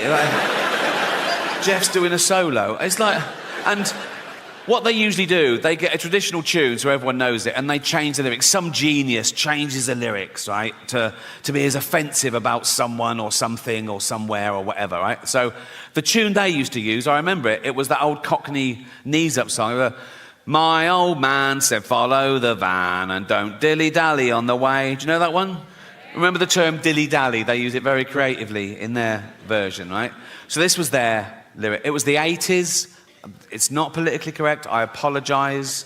But they're football hooligans. What are you going to do, right? So let's analyse their genius lyrics, right? This is what they used to sing. Don't bend down when Elton's around or you might get a willy up your arse. I mean, you might. Not necessarily his, but, you know, like mathematicians amongst you would have to go, yeah, there's a slight... Like, if 1,000 people bent down when Elton was around, one of them might randomly... Someone might come off a bicycle and go, sorry, like that, and they go, oh, fuck, and the scientists will go, one. Do you know what I mean? There's a slight... Also, when Elton's around, that's ambiguous. That could fit... Like, you could have two gentlemen having anal sex in a hotel room, right? And then the next day they find out that Elton John was staying in the next room. They go, oh, I got a willy up the arse when Elton was around, you know? I'll give them that. Anyway. Don't bend down when Elton's around or you might get a willy up your arse. He has the nerve to call us dear. We all know he's a fucking queer. Sorry, right? And it goes... He dallies and dillies. They've reversed it. Why? He dallies and dillies. He plays with people's willies. Okay, I don't know what play with means in this context. It could be like, wow. It could be anything, couldn't it? Wow. I thought you were going to suck it. No. He dallies and dillies. He plays with people's willies. He's up every arse in town. I'd stop him there. I'd go, no, you know, that is provably false. He's not up every arse in town, is he? We can prove that. Right, take a small town. Take Watford. 120,000 people. He is not up 120,000 arses, is it? I mean, half of them are women, so 60,000 tops, right? And I don't think he's been up 60,000. And if he has, good luck to him, but that's not my point. This is my point, right? What did his then wife think of that? Because he's in the closet, right? You know, and she's just married Elton John the Pop. She couldn't be... She's in love. She's so proud of him. Elton John, and he's chairman of Watford. She goes like, I'm married Elton John the Pop star. I'm married to Elton John the Pop star. And then the entire crowd sing, don't bend down when Elton's around or you might get a willy up your arse. She must have gone, why are they singing that, Elton? And he goes, I don't fucking know. Watch the game. You know what I mean? It must have been awkward. Well, that's nearly it for me, but I've just... I said earlier, I've never had a joke stopped by the Golden Globes, and that is absolutely true, but I've just remembered a joke that I stopped myself, because I bottled it a bit, and I want to I think I was being overcautious. I want to share it with you, right? So I got the chance to introduce Jason Momoa. Do you know who Jason Momoa is? Yeah, right? So I thought the meta joke would be to show my hypocrisy and my cowardice. Like, I'm okay to slag off actors. Who's scared of actors? But when it comes to a big dude, right, I'm not so brave. So I was going to go, I've got nothing bad to say about our next presenter because he's got a cock like a baby's arm, right? And I told my mate I was going to do that, and my mate went, do you think people think that's racist? I went, why is it racist? He went, well, because he's a person of colour. And I went, no, but it's nothing to do with that. It's to do with the fact that he's so big that he'd probably have a cock like a baby's arm, right? So I didn't do it. And I had a great follow-up as well. I'll tell you the whole thing. This is the whole thing. This is what I was going to do, right? Right. So I go out and go, I've got nothing bad to say about our next presenter because he's got a cock like a baby's arm. Unlike Peter Dinklage, who's got an arm like a baby's cock.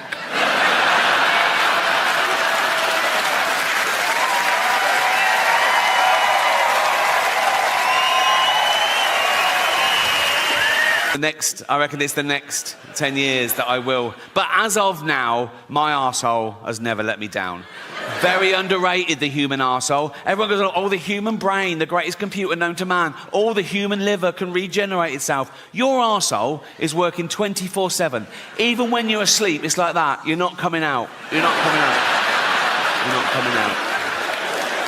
Nope. You're not coming out. And you're not coming in.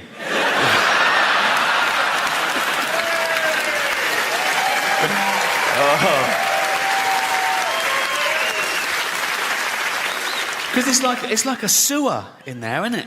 But you've got a lovely little manhole cover. Think of that in real life. Walking along a pavement, it's lovely pavement. If that burst, and you know what's in a sewer, don't you? Piss and shit and cum and dead goldfish, and fetuses. In China, just the girl ones. Relax.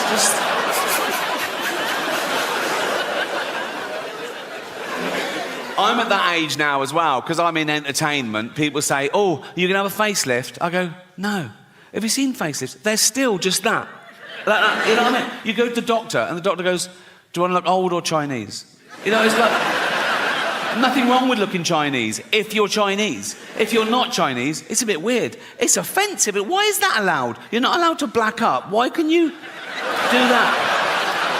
Maybe there are terms and conditions to make sure you're never that racist. Like the doctor goes, right, we've done the eyes, but never leave the house in a little lampshade because...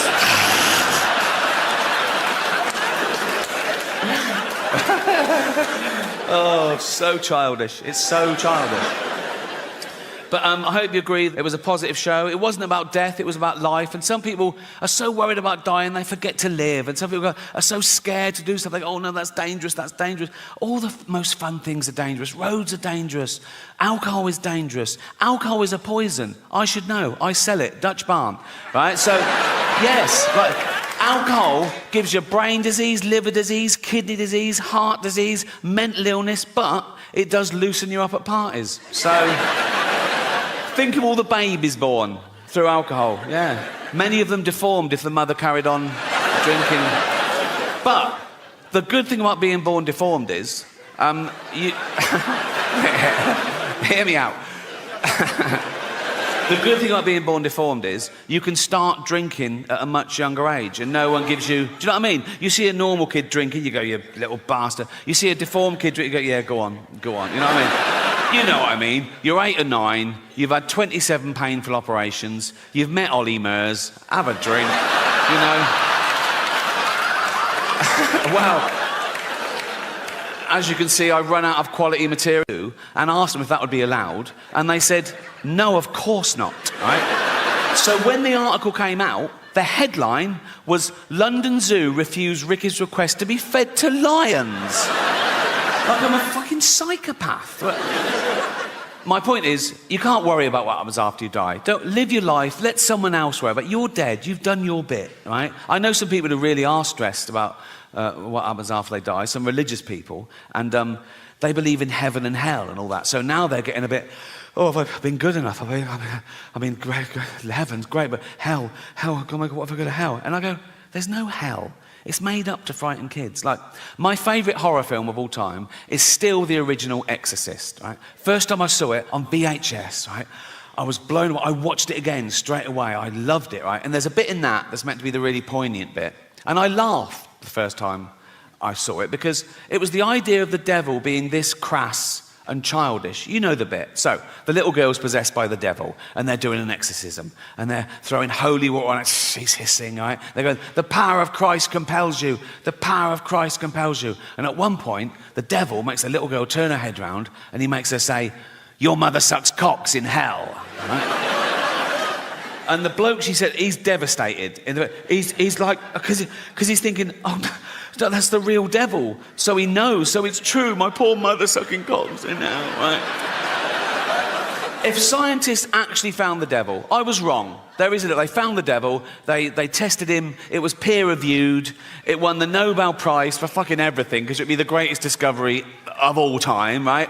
And I'd look at the science, I'd be mind-blown, but I'd go, well, you've got to follow the science. So, you know, yeah, I believe in the devil. I wouldn't even be belief, it would be knowledge. I'd want to meet him. If the devil actually existed, I'd want to see it for my... As long as I was safe, I don't know what makes you safe from the devil. But if he existed, we'd find out, wouldn't we? We'd, like, vampires live forever, but now we know a bit of garlic really fucks them up. So we discover something, like if you put a devil in a cage with a sprig of parsley on top, he's weak or something. I want to talk about something I haven't talked about before, and that's to give you a glimpse behind the curtain of the Golden Globes. Right? And, thank you. I last hosted the Golden Globes in 2020. It was the 5th time over a 10-year period, and I liked them more and more, and the last one was my favourite, because the world changed in that 10 years. You know, like the first time I hosted them in like 2010, the press of America, they hated me. Right? Who is this annoying Brit insulting the most important people on the planet? By the last time I hosted, they were like, yeah, go on, fuck them. Fuck them, right? Because... ordinary people had got sick and tired of being lectured by these multi-millionaire, nothing wrong with that, these liberal elite entertainers telling them how to vote and how to recycle, when everyone knew they were getting free jet rides to Pedo Island. So it really hit the zeitgeist. But it was always the same deal. Whenever they said, do you want to host? I said, yeah, I'll host. I said, but I'm going to write all my own jokes, which is unheard of, apparently. I said, I'm going to write all my own jokes, and I'm not going to rehearse, so you can't hear the jokes beforehand, you can't cancel any. And they let me do that. I did have to show a lawyer the jokes about an hour before to make sure I hadn't broken any laws, and I never had, because I know the law. Sometimes the lawyer would go, are you sure you want to say that? Right? And I go, is it legal? They go, yep, technically. I go, let's do it. Right? I've never had a joke stopped by the Golden Globes. That says something about them, to be fair, right? So, anyway, thank you. This last time, they said, oh, you've got to see the lawyer the day before now. I went, OK, great. So I was driven to the Beverly Hills Centre, and they're all setting up, right? And the photos of the A-listers are all in their chairs. I go, oh, there's Brad, there's Lee down. Very underrated, the human arsehole. Everyone goes, oh, the human brain, the greatest computer known to man. All the human liver can regenerate itself. Your arsehole is working 24/7. Even when you're asleep, it's like that. You're not coming out. You're not coming out. You're not coming out. No. You're not coming out. And you're not coming in.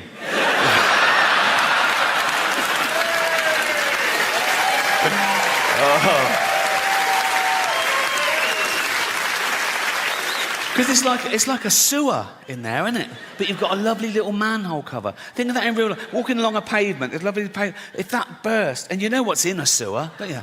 Piss and shit and cum and dead goldfish, fetuses.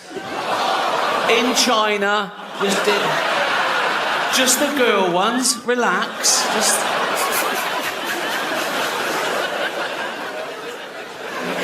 I'm at that age now as well, because I'm in entertainment. People say, oh, you can have a facelift. I go, no. Have you seen facelifts? They're still just that. Like that, you know what I mean? You go to the doctor, and the doctor goes, do you want to look old or Chinese? You know, it's like, nothing wrong with looking Chinese if you're Chinese. If you're not Chinese, it's a bit weird. It's offensive. Why is that allowed? You're not allowed to black up. Why can you do that? maybe there are terms and conditions to make sure you're never that racist. Like the doctor goes, right, we've done the eyes, but never leave the house in a little lampshade because...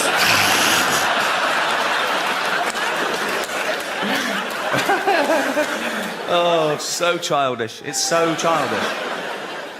But I hope you agree it was a positive show. It wasn't about death, it was about life. And some people are so worried about dying, they forget to live. And some people are so scared to do something. Oh, no, that's dangerous, that's dangerous. All the most fun things are dangerous. Roads are dangerous.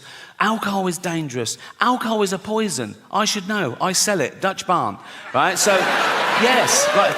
Alcohol gives you brain disease, liver disease, kidney disease, heart disease, mental illness, but it does loosen you up at parties. So... think of all the babies born through alcohol, yeah. Many of them deformed if the mother carried on drinking. But the good thing about being born deformed is, you... Hear me out. The good thing about being born deformed is you can start drinking at a much younger age and no one gives you... Do you know what I mean? You see a normal kid drinking, you go, you little bastard. You see a deformed kid drinking, you go, yeah, go on. You know what I mean? You know what I mean. You're 8 or 9, you've had 27 painful operations, you've met Ollie Murs, have a drink, you know. Well, as you can see, I run out of quality material. The worst serial killers. And he was... like one of the worst ever, but he didn't act like a serial killer, right? He was a GP, he was old school, he had a little shirt and tie, little tweed jacket, little beard, little glasses. He'd do house visits, he'd go on to see Edna, 85. You all right, Edna? Yeah. Do you want a cup of tea? Yes, please. And he'd make Edna a lovely cup of tea, right? Then he'd just put her in a lethal amount of opioids, right? And he'd just give Edna the tea and watch her drink it and fall asleep and die. And that was it. He didn't even masturbate. You know, yes, it is a waste, sir, yeah.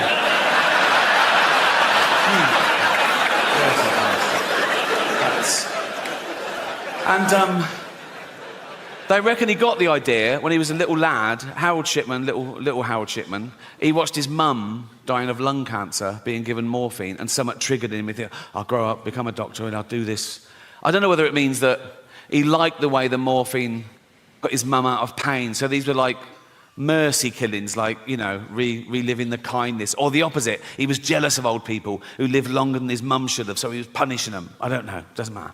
Actually, it does matter, because if you can really understand why someone does something like that, you might spot the signs in the future and stop a crime before it happens. You know, I always think that when there's a school shooting in America, right, it's usually some emo, right, who goes into a kindergarten, kills about 30 toddlers, turns the gun on himself, right? And all the eyewitnesses, they always say the same thing. They go, oh, he was a loner, he sat at the back, he was shy, he was bullied. Let's round those cunts up now. Do you know what I mean? It's like, go into a school, see who the bully's smashing up, right? Go, I'll take it from here, mate, thank you, right?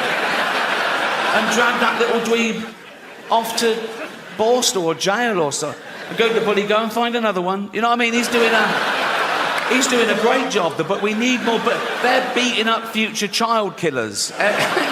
This New York, you see him on Instagram and YouTube. It's someone with an iPhone. He's got someone, right? He's knocking over this little convenience store. He's got a fucking hoodie and a knife, and he's nicking all the booze. He doesn't care he's being filmed. He's going to get away with it. He's going to get away with it. Then, from behind the counter, comes a little 70-year-old Korean man who batters him to death with a broom. I fucking love that. I can't wait to be a 70-year-old vigilante, just walking around Hampstead with a walking stick. Oh, but it's a sword. I paint it white as well to look even more vulnerable, right? Wear dark glasses. I'd see a gang of youths. I'd go over to them and go, so, excuse me, guys, do you know where the Nike store is? I want to buy some Air Jordans with all this cash. And as they go for it, you little fucking cunts.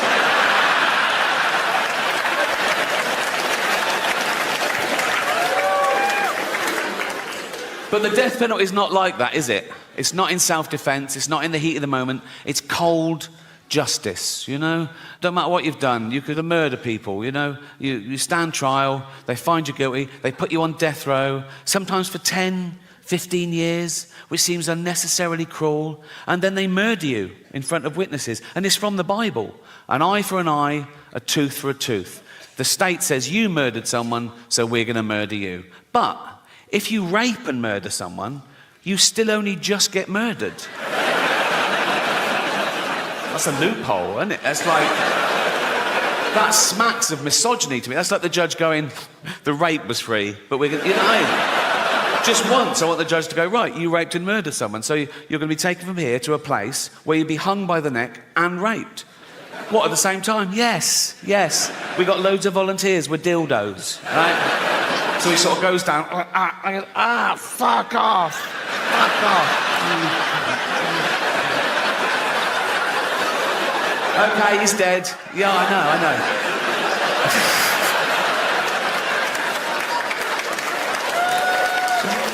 Oh. It might work. But the longer you live, the grumpier you'll get. It's not just going to happen to me, it's going to happen to all of you. Because the longer you live, the more shit you see. And you go, oh, fuck, this again, right? And the more burden you carry. And the older you get, the weaker you get, so the burden gets heavier. And you go, oh, God, this again. And you can't die nowadays. I mean, you go, oh, thank God, I'm dying. Oh, fuck, I'm back. You know what I mean? They can transplant every organ now. Whatever's got, transplant every organ. Not your brain. That wouldn't make sense. You are your brain. So that would be an everything else transplant, wouldn't it? But I'd sign up for that. I don't care about this. It's to get this round. If I could leave £1 million to science, so when I died, suppose when I died, my body's crushed, killed instantly, but my head's intact. They keep that on ice, wait for a body donor. Some poor bloke gets his head crushed, put my head on his body, and I'm back. I know. Statistically, I will get a bigger penis as well, so...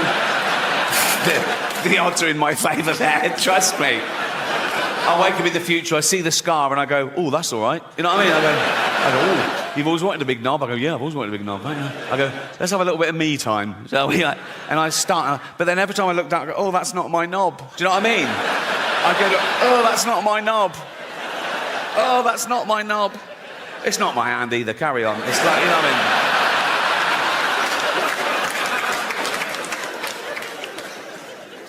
I was doing an interview a while ago. I don't think the journalist liked me. He asked me this question. I thought it was rude, right? So I gave a fake answer, right? He said, so what have you got planned for your funeral? And I went, I want to be fed to the lions at London Zoo. He went, really? I went, yeah.